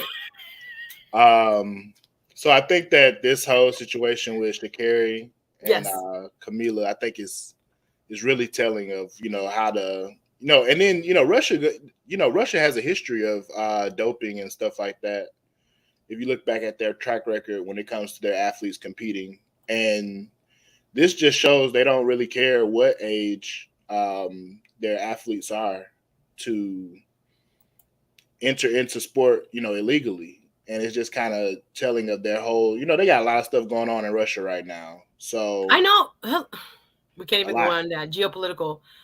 I was like, do Russia not have the C-19? What? How you got time to put almost now? I think they said 180,000 troops on the border with Ukraine. I was like, are they not fighting the virus? What's going on? And you got time to be so much there in what you just said. Sorry. Yeah, no, they got a lot going on in Russia. So this is just another issue that they have, and they've always had. You know, it speaks to their politics. You know, a lot of times we look at Russia and say, oh, well, you know, they have athletes that are competing too. You know, I can't remember what Olympic Games it was, but it was like all their athletes were like killing it, right? In every sport. And it was like, wow, like Russia really stepped it up. And come to find out, like none of them passed the drug test. So it's just like, wow. You know, like I said, they don't mind. And they thought like, oh, this 15-year-old can slide past. And like, nah. And I'm sure they thought, you know, I don't know, that those things, they know how it cycles through your system. They know all of this stuff. So right. It's a art. Just Talking Ish comes back for the final say. Y'all, I'm gonna get off this stream. Y'all so funny.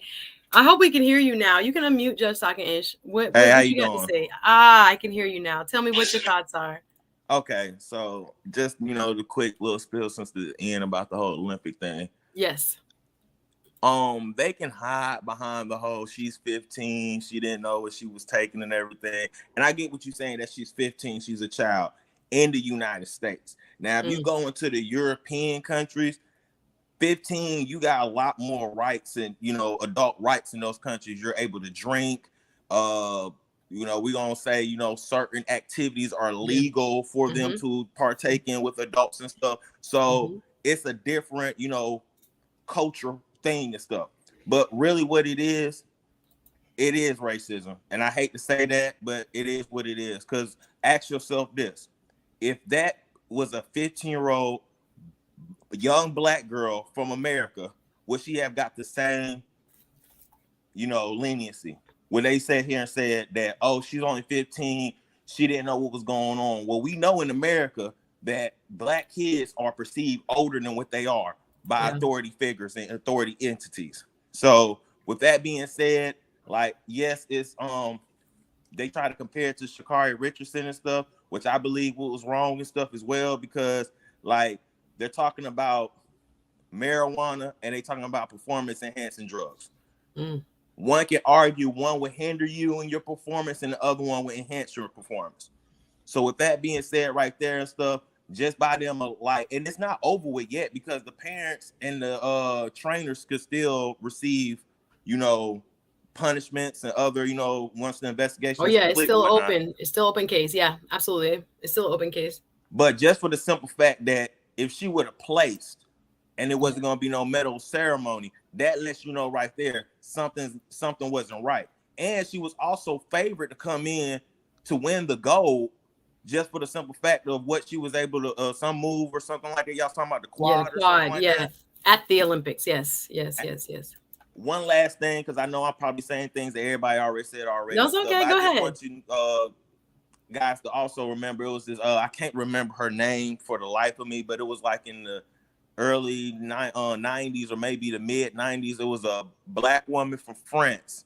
Yes. And she performed Surya Bonali. The backflip. And they said that it was illegal because you can't land it on one foot. And she ended up showing them like, hey, and she did it and stuff. They still, you know, Eliminator said the move was illegal and stuff, but she basically just, you know, did it to show like, hey, I can do it and stuff.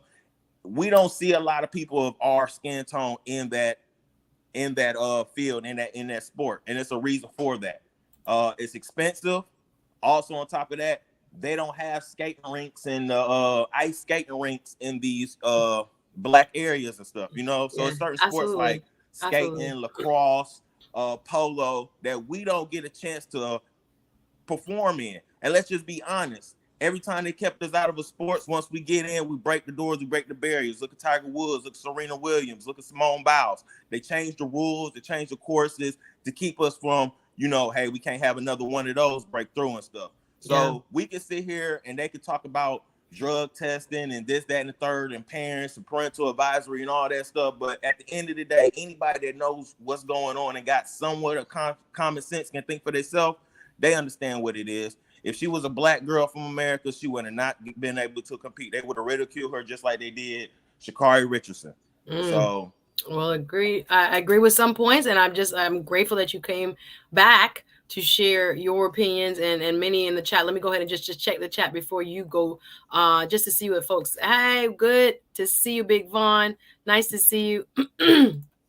Ebony X adds, both are considered illegal as far as the drugs.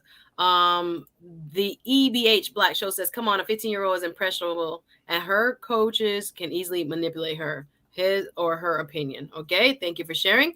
Peter Investor M says, although Russia and China are competitors, they are both communist countries. Therefore, Russia put some political pressure. And I think that was what WT Funk said, that, you know, it's politics also behind this. Who contributes to the Olympic Committee? Who pays for what is going on? You know, right. China is the host and has a lot of say so as the host committee, footing the bill, etc. So I agree with that. There's politics also. Doug adds, the Olympics needs to raise the level of testosterone for women. Need to raise the levels of testosterone for women too much, which is affecting Black women naturally higher levels of testosterone. Interesting. I did not know that. Thank you for sharing that. The EBH Black Show says it was no medal ceremony because if she gets found guilty, there will be no shame. That's what they want. They don't want to have a medal ceremony to mark that it was wrong for her to be there in the first place if she was found at the end of her hearing, you know, to be punished, etc.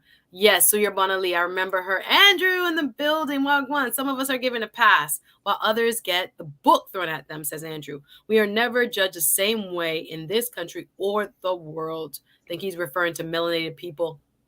We have to keep what we do above board. So he's saying, you know what it is? You know, we have to operate at a different standard, unfortunately, whether that's fair or not fair.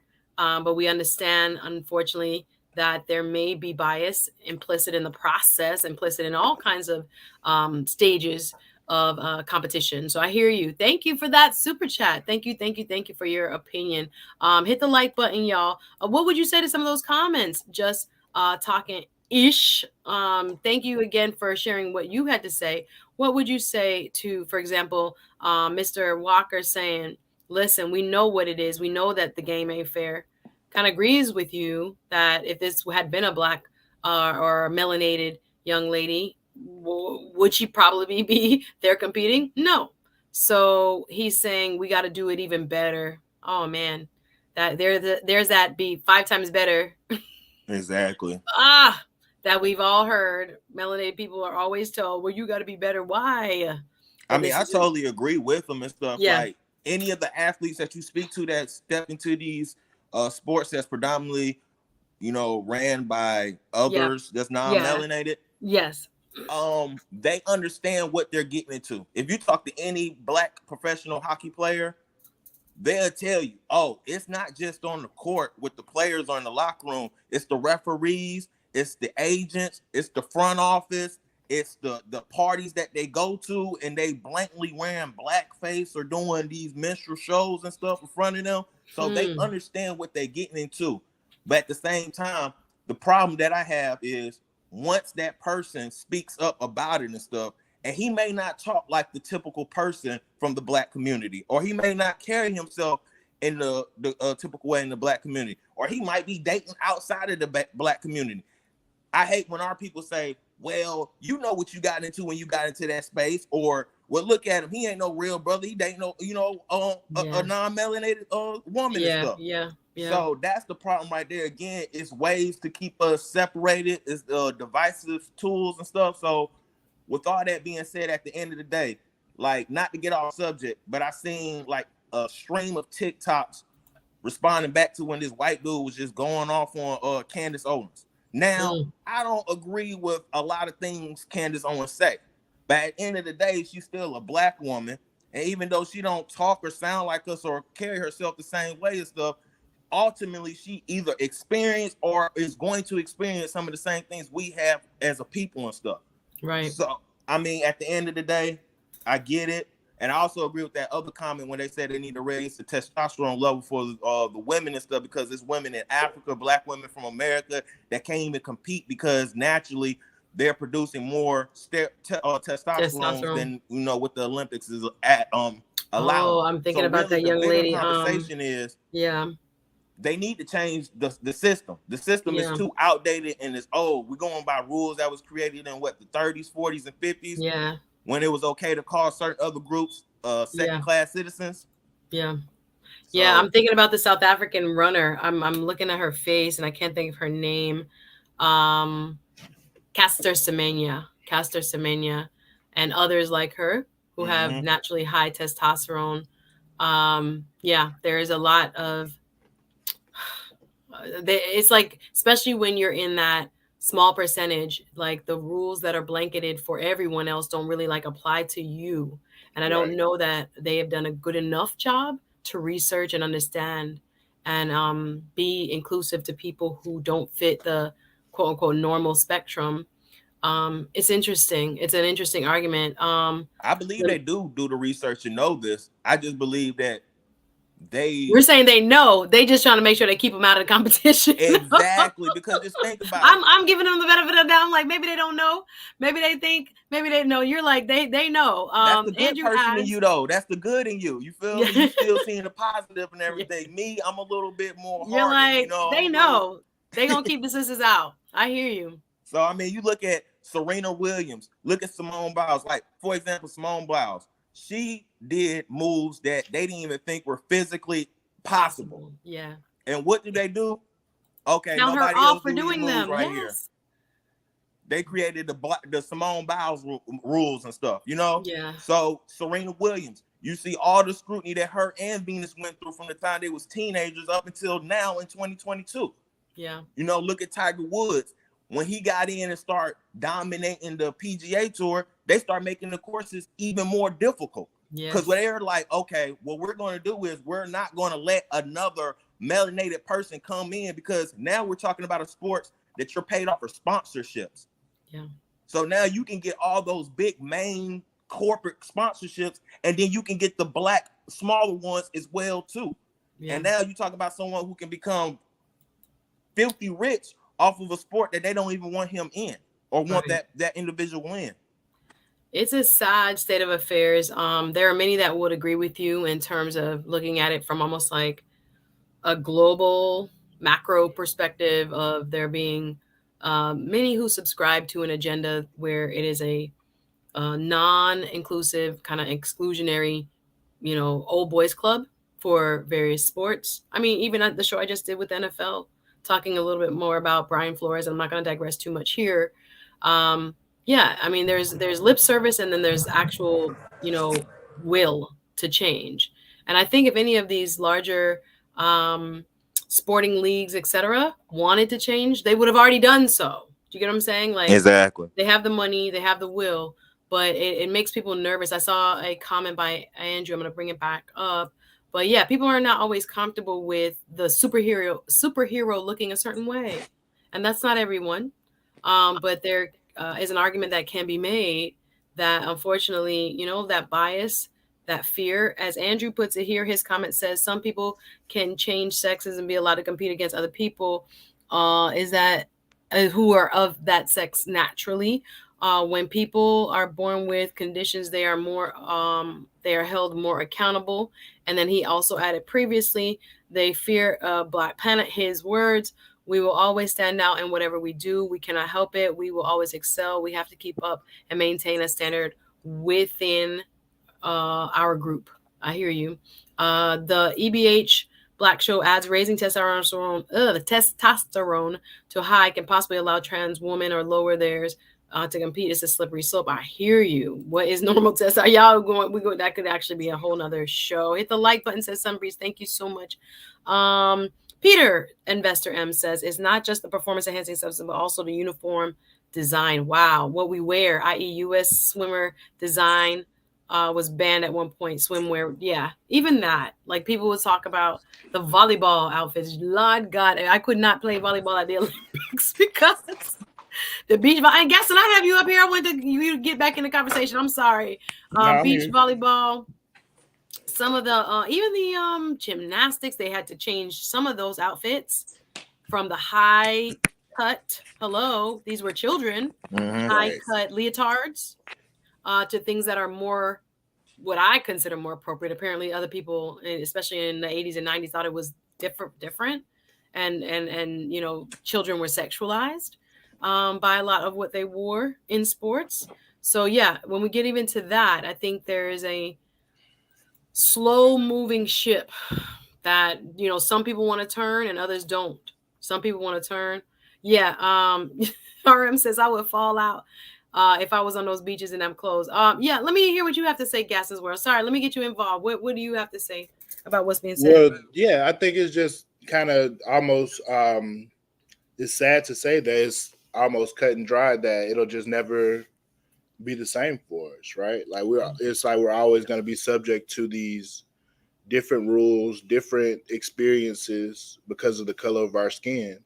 And I mean, this just kind of paints it out perfectly, is that Shakiri, who is a college athlete, you know, she ran track at a collegiate level, you know, for what I think 3 years prior to the Olympics at that point. And she's already recognized in the world as one of the top track athletes. And then, you know, this happens, you know, she tests positive for whatever substances, and she's just looked at as you know, like what's the word? Like a leper. A pariah. You know? Yeah, maybe. pariah, right? Just completely erased from the sport. And it's like, wow, you know, like she's the only, you know, I think even at that time they were saying like in other countries, you know, that substance isn't illegal. So that country wouldn't test their athletes for that. Like, I think, is it China where they're Buddhists or wherever? So yeah, there's some they do countries smoke that cannabis. Yep. Right. There's some countries I believe. that the entire Yeah. I country think there's a lot to say about even her presentation.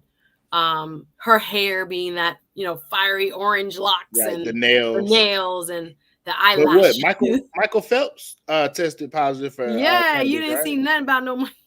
That story was on for 2 days. Yeah, but back, you know, he's he kept all his medals. Yes, like, wow. And commercials and all the wonderful additions that come with that being that hero, the Olympic hero, most decorated in swimming. Yeah, it's kind of sad. It's kind of sad. Last call on the panel, though. I'm dropping the link one last time, y'all. If y'all want to come up, please come up now. But go ahead. Just talking ish. With that Michael Phelps and that Shakiri Richardson, at first I felt the same way too, until I looked back and did the research. He was suspended. The only thing was his drug test was caught enough time for him to serve his suspension and then come back and still participate in the Olympics. Oh, just like with Shakiri Richardson, she was suspended for 30 days. But if the U.S. team would allow her to run in the other event, the 4x4 relay, 4x1, yeah. She within the rules of the competition, she could have did it.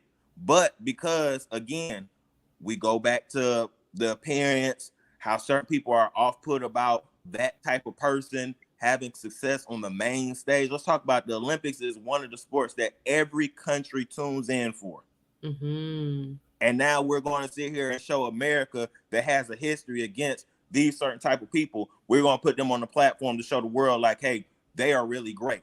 There's a lot of politics in that. I hear you. And there was a lot made about her symbolically, what she stands for, and did people really want to have a woman who came from, you know, a disadvantaged population, disadvantaged background herself, economically speaking, foster homes and grown by a grandma, and, you know, taken out of custody of her mom, biological mom, and her brashness, her unapologetically being her selfness, of you know, expressing herself, her language, her, you know, her as we say, her presentation, her hair, her makeup, her not fitting the mold of what many would say they wanted a FloJo type Olympic champion, as opposed to someone who, you know, is cut from a different cloth. Yeah, what's the other lady's name that's married and got a Marion Jones?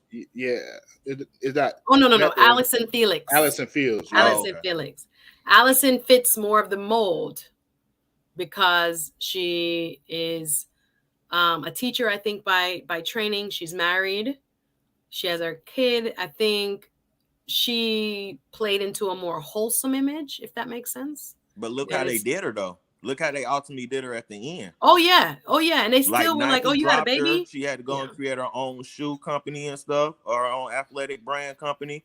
And they basically was like, yeah, you fit the mold, but now you're getting old.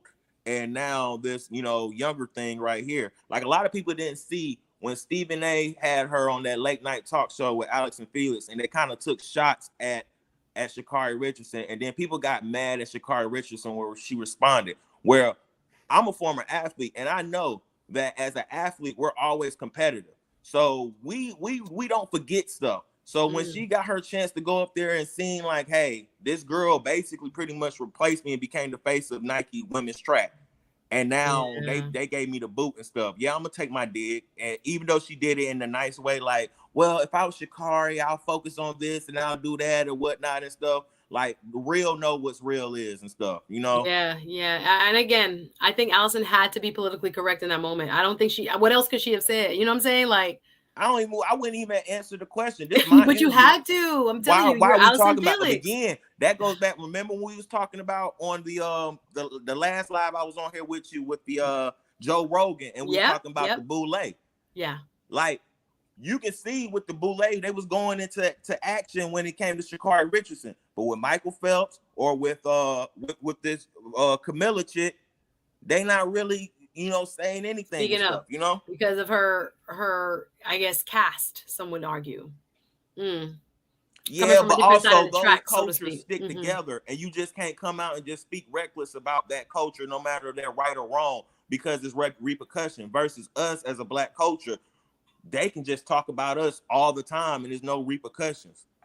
Oh no, absolutely, and that's a deeper conversation. But you're absolutely right. Xavier says a lot more people would listen, though, if Sha'carri was standing on the top of the podium. I hear you. Your opinion. Jeremy added, Allison Felix, the most decorated U.S. Olympic runner. Yeah, there was no reason to drop her during her pregnancy or threaten to pull her sponsorship during her pregnancy and all this, and that she was getting older, etc. The EBH Black Show said Michael Phelps got in trouble for a picture, not a failed test. Interesting. But like you said, just talking ish, it was not overlapping an actual competition. His suspension came before, and he was allowed to compete or ended before. Doug adds she needs to focus on winning and then express herself. Well, I hear you. I if I were her, probably coming from her, age, stage, exposure level, I understand why she tweeted out, why was I not allowed and this girl is allowed. It's different. The cases are not exact. They're not. It's an apple and oranges comparison. But that's the same thing they tell us, though. They tell us just focus on winning. Don't worry about the politics. But it's hard to when someone, like, she was a news cycle for a good 2 weeks. Not just in the sports world, but in everywhere. Everywhere. She was being dragged. Shakiri was being dragged. So it's kind of hard. You just hear everybody speak bad about you and stuff, and then you come out and say, hey, just focus on running and stuff. Like, come on, man. I got family. I got people that cheer for me. Depending on me. Yeah, to make this money in track. And a lot of people don't know. A lot of track athletes are broke. Exactly. Very few that get to turn the talent into $1. Right. I see you, Ebony talking about she should have taken it back to Carl Lewis. Talking about Carl Lewis. I can't confirm this. This was never proven. Oh Lord, it's online, Ebony. Okay. Look at the lips. He's doing the Bobby Brown. The lips is doing the Bobby Brown. And look how he sung that national anthem. Come on now. That boy is on something. I can't right now, Ebony. I can't. Andrew said, Suzette, for every Rosa Parks, there is a Claudette Colvin. It was that the young teenager? Yep. That was pregnant before, that was on a bus that refused to give up her seat before, but she did not fit the mold image exactly of what we wanted a civil rights hero to look like, because she was a pregnant teenager. Interesting. Okay. And she was dark skinned too. And she didn't have that look, if you will. Well, guys, I'm going to give everybody on the panel one last word on this. I know, again, it's going to be interesting to see what the court of sport does with the Valieva case in the end. Like I said, she did not win a medal. So it kind of, I don't know if it took the sting out of the women's free skate, because if you look online at the finals, the girls on the sideline, I think she was the last to skate. The Russian team members on the sideline, they didn't even look happy that they had won first because the girl had dropped so many times. I think they were very, very frightened by it. You ever watch something and you just are like floored, like what you know, you just saw something very horrible and you just didn't know what to do. Like no one initially looked happy. Like, oh, you're in first place, now you're in second place. The Japanese young ladies in third. Yay, we won. They were all stunned by, like I said, the collapse. They're probably looking like, wow, how she took them drugs and acting like that. We all chilling over here, like Gaston's world. Them drugs didn't affect us at all. That's not where I was going. That's what happened. They was all looking like, wow, well, she must have got a bad dose. A bad batch. Guys, oh my I'm God. trying to be serious. Them drugs didn't affect us at all. The Black Seinfeld, I had let a bunch of callers up. You still want to come up? You got to cam up though, Black Seinfeld. I dropped it. I said it's closed. Y'all want to wait to the end of the stream, but you can come up, but you got to cam up though. You got to cam up if you come up, okay? You at least show me yourself, okay?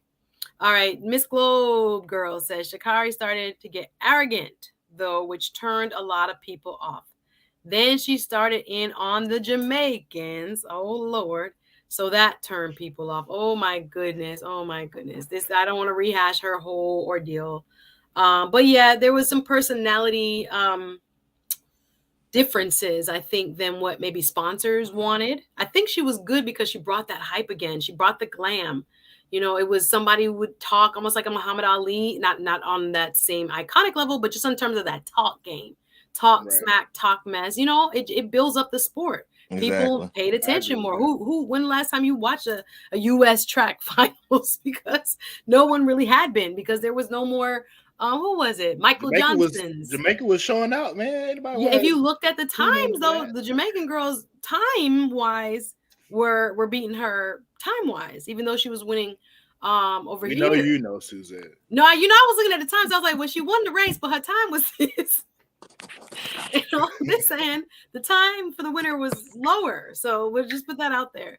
But yeah, I do think some of the personality side of it, of her just being her, was something that made her an easier target for many to try to bring her down and put her down and talk bad about her. Now, what she said about Miss Global Girl said, yeah, that is what a lot of women are trying to fight against now. I mean, I could just pull up the quote from Love and Basketball when Monica was like, you get up in the dude face, you talk a little smack, and what you get a pat on the ass. I get told to act like a lady and stuff. I mean, when we talking about sports, we're talking about competing. Like, let's just be real. When you out there on that field, on that track and stuff, like, you got the confidence. You got to have it to be on that level. Nobody can't beat me. I'm the best at what I do. Like, honestly.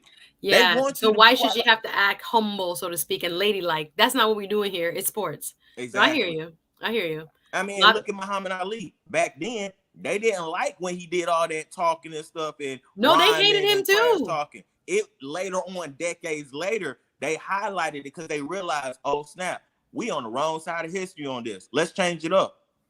For him to do it at the time he did it was so brave. People like same thing.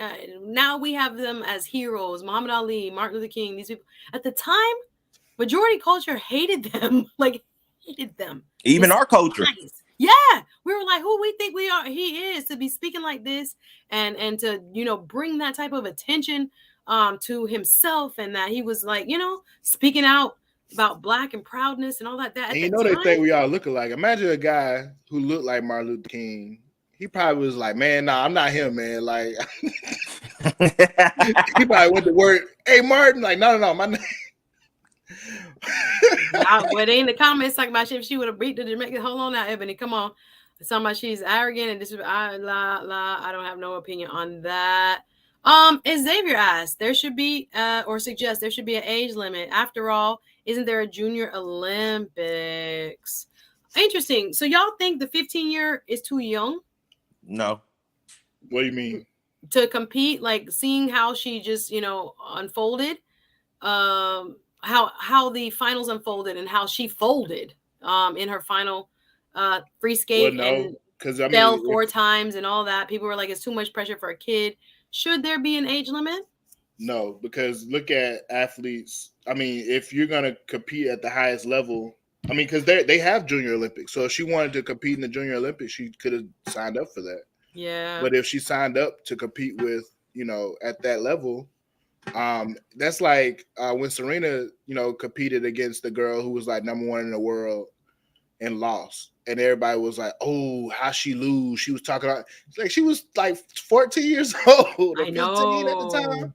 I know. So it's And like, she almost beat the girl too if she didn't call the timeout. Yeah, I mean, we know the story, but it's just like if you're gonna compete at that level, you can't complain that you lost, because it's like even if but there's another point. I see you, the EBA. Y'all are going hard for Ms. Richardson. I just put up a couple. I'm not gonna make the comments, but the EBH Black Show says if Venus and Serena played in the Junior Olympics, it wouldn't be fair. That's true. Mm-hmm. Right.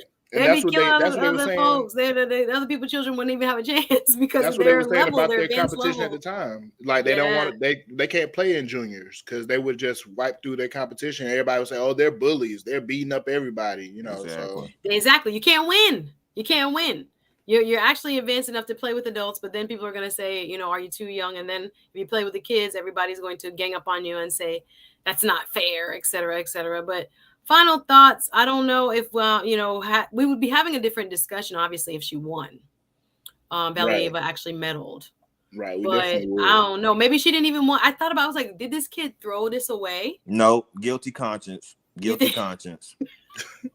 I don't know. I was wondering. So you guys think this is the pressure of everything got to her? Yeah, because she knew what she was taking. I'm sorry. If you that involved in your craft, if you're that involved, I'm sorry. You can't sit here and tell me, "Oh, I'm just a little kid. They just gave me this and I took it and I swallowed it." Like, nah, man, I'm not going for that. You 15. You're almost 3 years away from being an adult in America. Let's talk about it. When you 15 and you go commit a heinous crime out here in the streets, it's a possibility that you can get tried as an adult.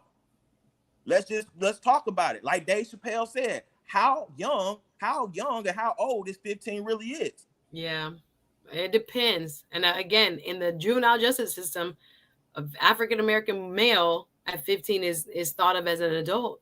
Most cases. It's before he even get to in front of the judge. The police, especially if the crime is like a severe crime, like a felony case crime. Mm-hmm. We get transferred more than any other race into adult court. It's so sad, and children are being sentenced in adult court. It's sad. It's very sad. The trend. We went over this. Jay, you were probably just coming to the conversation. We already went over this. I did a PowerPoint earlier and explained that. Yes, you're right. It was the American Anti-Doping Agency, not the Olympic Committee. Yes, I did point that out earlier. There's 2 different bodies governing what happened to both ladies. Yes, I did cover that. And also, this is interesting. The EBH show says they came to her and told her to take a dive. Ooh. Drop 4 times? Just. I mean, that does kind of sound suspicious, even if she's at that. I mean, because we're to assume, oh, this is her first time taking this drug. No, it's not. And then, she's competing at the highest level. Yeah, somebody got to her before she competed. And then, like I said, Russia's already dealing with all this other political stuff. So, yeah, maybe they did. Interesting comment, but let me tell you, pressure is a hell of a thing. But pressure. I'm just saying, like, sports they say it's 90% mental, 10% physical. So you can be distracted, like your mom can be sick and you can go out there and have a bad game. Your brother could have just got killed or something like that, and you can go have a bad game and stuff. So the whole world thinks that you're a cheater. The whole world thinks you're not as great as you are. So you got more pressure to try to perform up to that level, and your mind's just not in it because you got too much on your mind. Yeah. I mean, I'm not saying that it's not a possibility that somebody came and, hey, you know what time it is. You're going to have to, Yeah, we got too much. The block is hot. Exactly. Back up. We know you can do 5 quads in a row, 4 quads in a row. Never been done at the Olympics. Man, yeah. Miss Glow Girl says the universe put things in its place. When she got on that ice, no comment from me. The EBH Black Show says they apply pressure to the coach and the country, and the nerves translated in that performance. I hear your point. Andrew says, when we excel, we always are watched and have a target on our back. We have to force them to deal, I guess. I kind of get your gist. Xavier adds, let the kids be kids. I don't know, because they're competing at such a level, or they're physically capable of competing at such a level. It's not really kids. It's not child's play at all. But I hear you for the side effect of they are kids. There's a reason you put your best out there, because you want to win. Yeah, emotionally, when you are pitted with, you're back against the wall and you're pitted with such harsh allegations, and you have a lot more to overcome emotionally, you may not have the fortitude, because you're 15, to, compartmentalize, get back on the ice, do a job, so to speak. I mean, you got grown people that can't do that. Right. So we're asking kids to do it. Some people say, wait, they may actually be more adapted to doing it because they're kids. Like, you can train, like Russians, I believe, do think we can train them to do almost anything, So I don't know, but was this a kid literally suffering because she was a child? We're going to take our last comment. Yeah, wonder if she would have landed the quad, would it have been named after her? That I don't know. But yeah, an Olympic competition, for her to actually be doing multiple quads is crazy, physically speaking. Mm-hmm. And you talk about the drug that she's accused of having in her system. 3 of them. 3 of them. Thank you. They are for endurance. They're heart drugs. They keep you kind of like on an edge, so that you can like physically compete for that 4 minutes. Imagine just running a straight sprint for like 4 minutes. You know what I'm saying? Like, that long program is no joke. To have the endurance to lift your body up into 4 circles 4 different times, and all these other elements in between. There's a lot of endurance. So I don't know. That's a good question. The EVH Black Show, if this would have been named for her, because that element had not been done in the Olympics before. I don't know.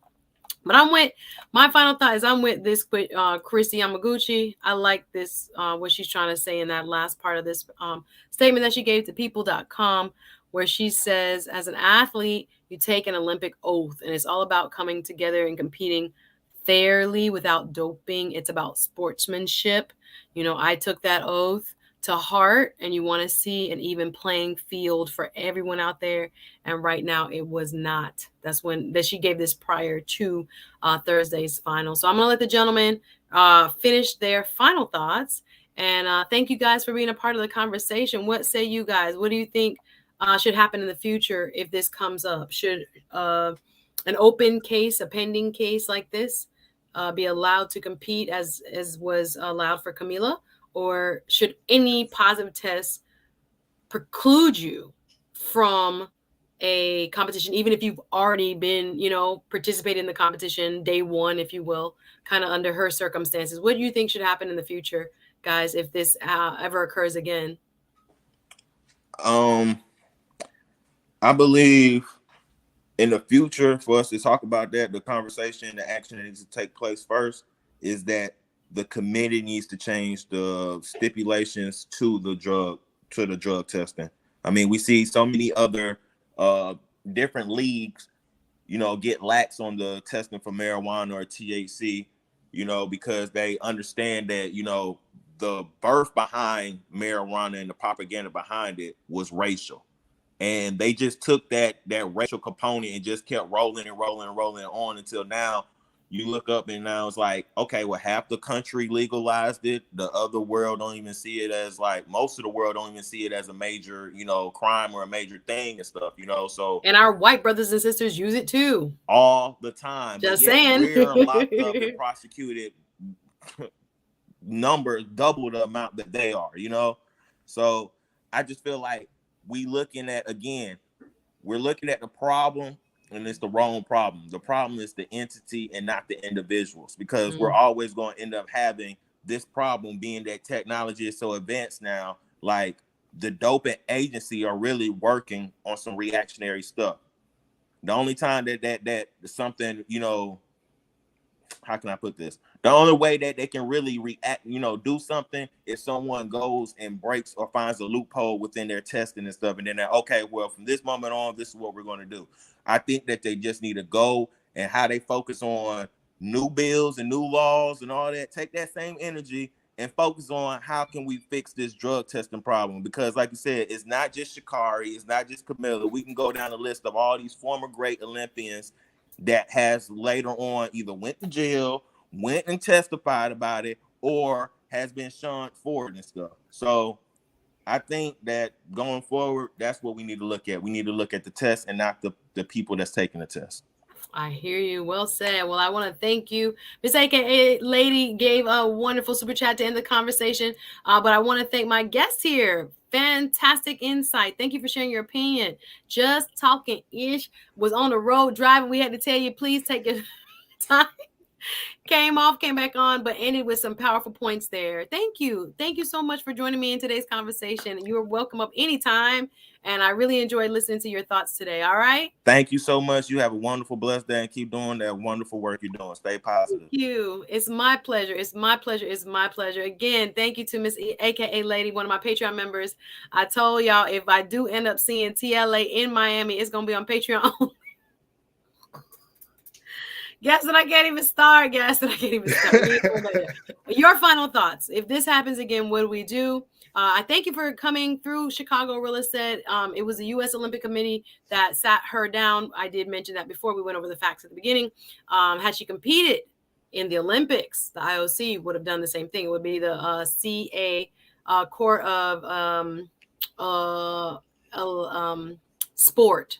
Is actually the body. Thank you. I can't even think. As I know it's time to wrap. But yeah, you're thinking the outcome might have been the same, even if she had made it to the Olympics. I hear you.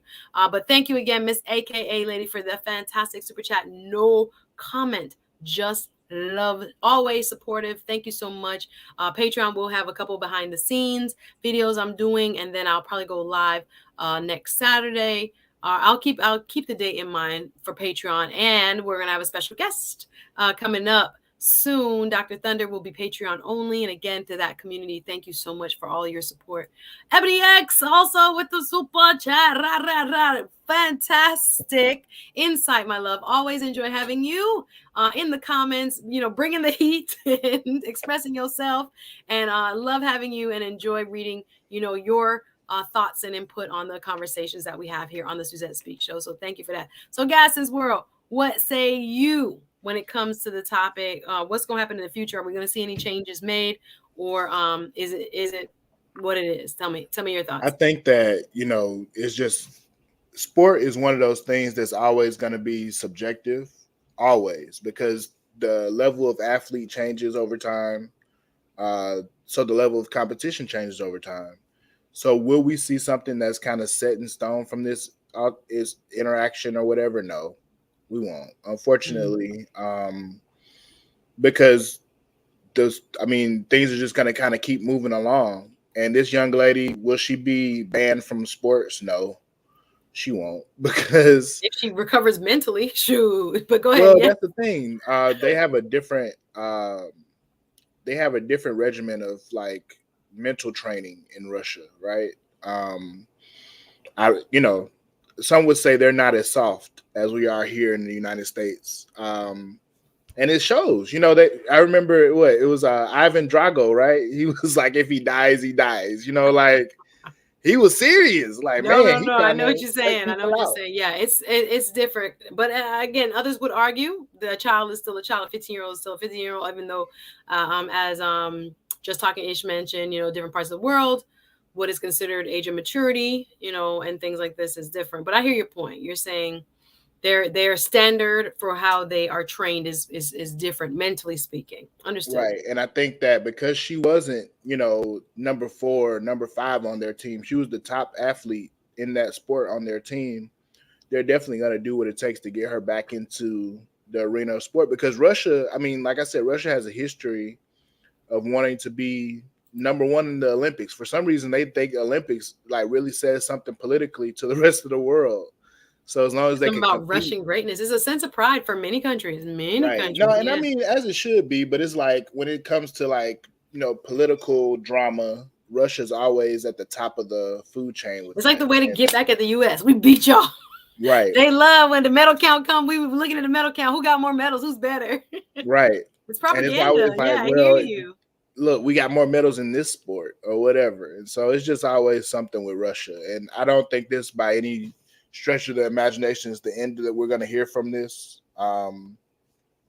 So we'll just see. I think that, this young lady, obviously she is a good athlete. But the fact that now her name is kind of tainted, people are always going to look at her like, well, is she really that good or whatever? But I'm sure Russia's still very proud of her. So I hope so. I was like, I hope she don't go back and get punished. That's where my mind went. I was like, Father, please don't let these people do nothing to this lady. They don't, I hope not. I wish you had the information about the previous athletes who got caught doping in from Russia. Like, yeah, they don't. Tell me, what do you mean? So in Russia, they're like, do what it takes to win, whatever it takes. And if you get caught, then cool, we'll just deal with the backlash from that. But do whatever it takes to win. And you could see in Russia's history of competition, like they're always, So is this like on a documentary? Yeah, I'm trying to think. It was. I'm pretty sure they did a documentary about it. But there's always an issue with them and their by any means necessary. Right, exactly. And I mean, there's a high price to pay. Like I said, if those of us with conscience, I mean, it could hit different if that stuff comes out. I think Ebony was making a joke, the doctor that administered it, if it was, there was one year they got banned. They got their whole country got banned. Exactly. It was like, is that prominent? I mean, think about it. It wasn't their whole country in one sport. They have like over 100 Olympic sports. Yeah. And they said, no, the whole country banned. Exactly. So it's like that big of an issue over there. So it's crazy. Final comments from the chat. Guys, you can hold up for a quick second. Ebony adds, the Chinese and the Russians have been training mentally and physically they start them very young. It can be a distinction between how we see athletics as we have pretty serious sporting culture in the United States too, where it goes from fun and games quickly into like competitive leagues so that you can get college scholarships and you can maybe play pro one day. But it's interesting. It's interesting, and I hear you guys. I hope you have not with what, Miss Globe Girl, what. Appreciate y'all being here. Thank you so much. Follow Gaston's World Instagram. Check out his YouTube page. Thank you, RM, one of the most fantastic moderators, along with Miss Sunbreeze. Thank you. You guys have been busy all show, dropping links. You see Gaston's link right there. Go over to his channel. Go ahead and support. You might as well. We're building communities here. But I hope you have enjoyed this discussion, y'all. It's been fun for me to hear from many of you. Like I said, there's more to this story that we don't probably even know. I don't think, again, you can directly compare both cases. But needless to say, I do think the point that Just Talking Ish, my guest, raised was like, if Camilla Valieva was an African-American or was another melanated girl from somewhere else, would these same standards apply? Some would argue yes, some would argue no. We will never know in this specific instance, but it begs the question. Get the likes up, please. We love to leave here with 100 likes so that everyone can see this stream. Share it if you can. Please comment. Thank you so much. All the activity engages the algorithm so that more people watch, more people get to see the replay. So if you're watching live, if you're watching the replay, I want to thank you already for just being here, supporting my content. Just your presence supports it. Thank you to everybody that super chatted. Thank you so much for that financial support and all the ways that you guys are helping contribute to this YouTube dream of mine, the space where the attorneys, go to find some fun in chatting instead of work in chatting. It's been so rewarding already.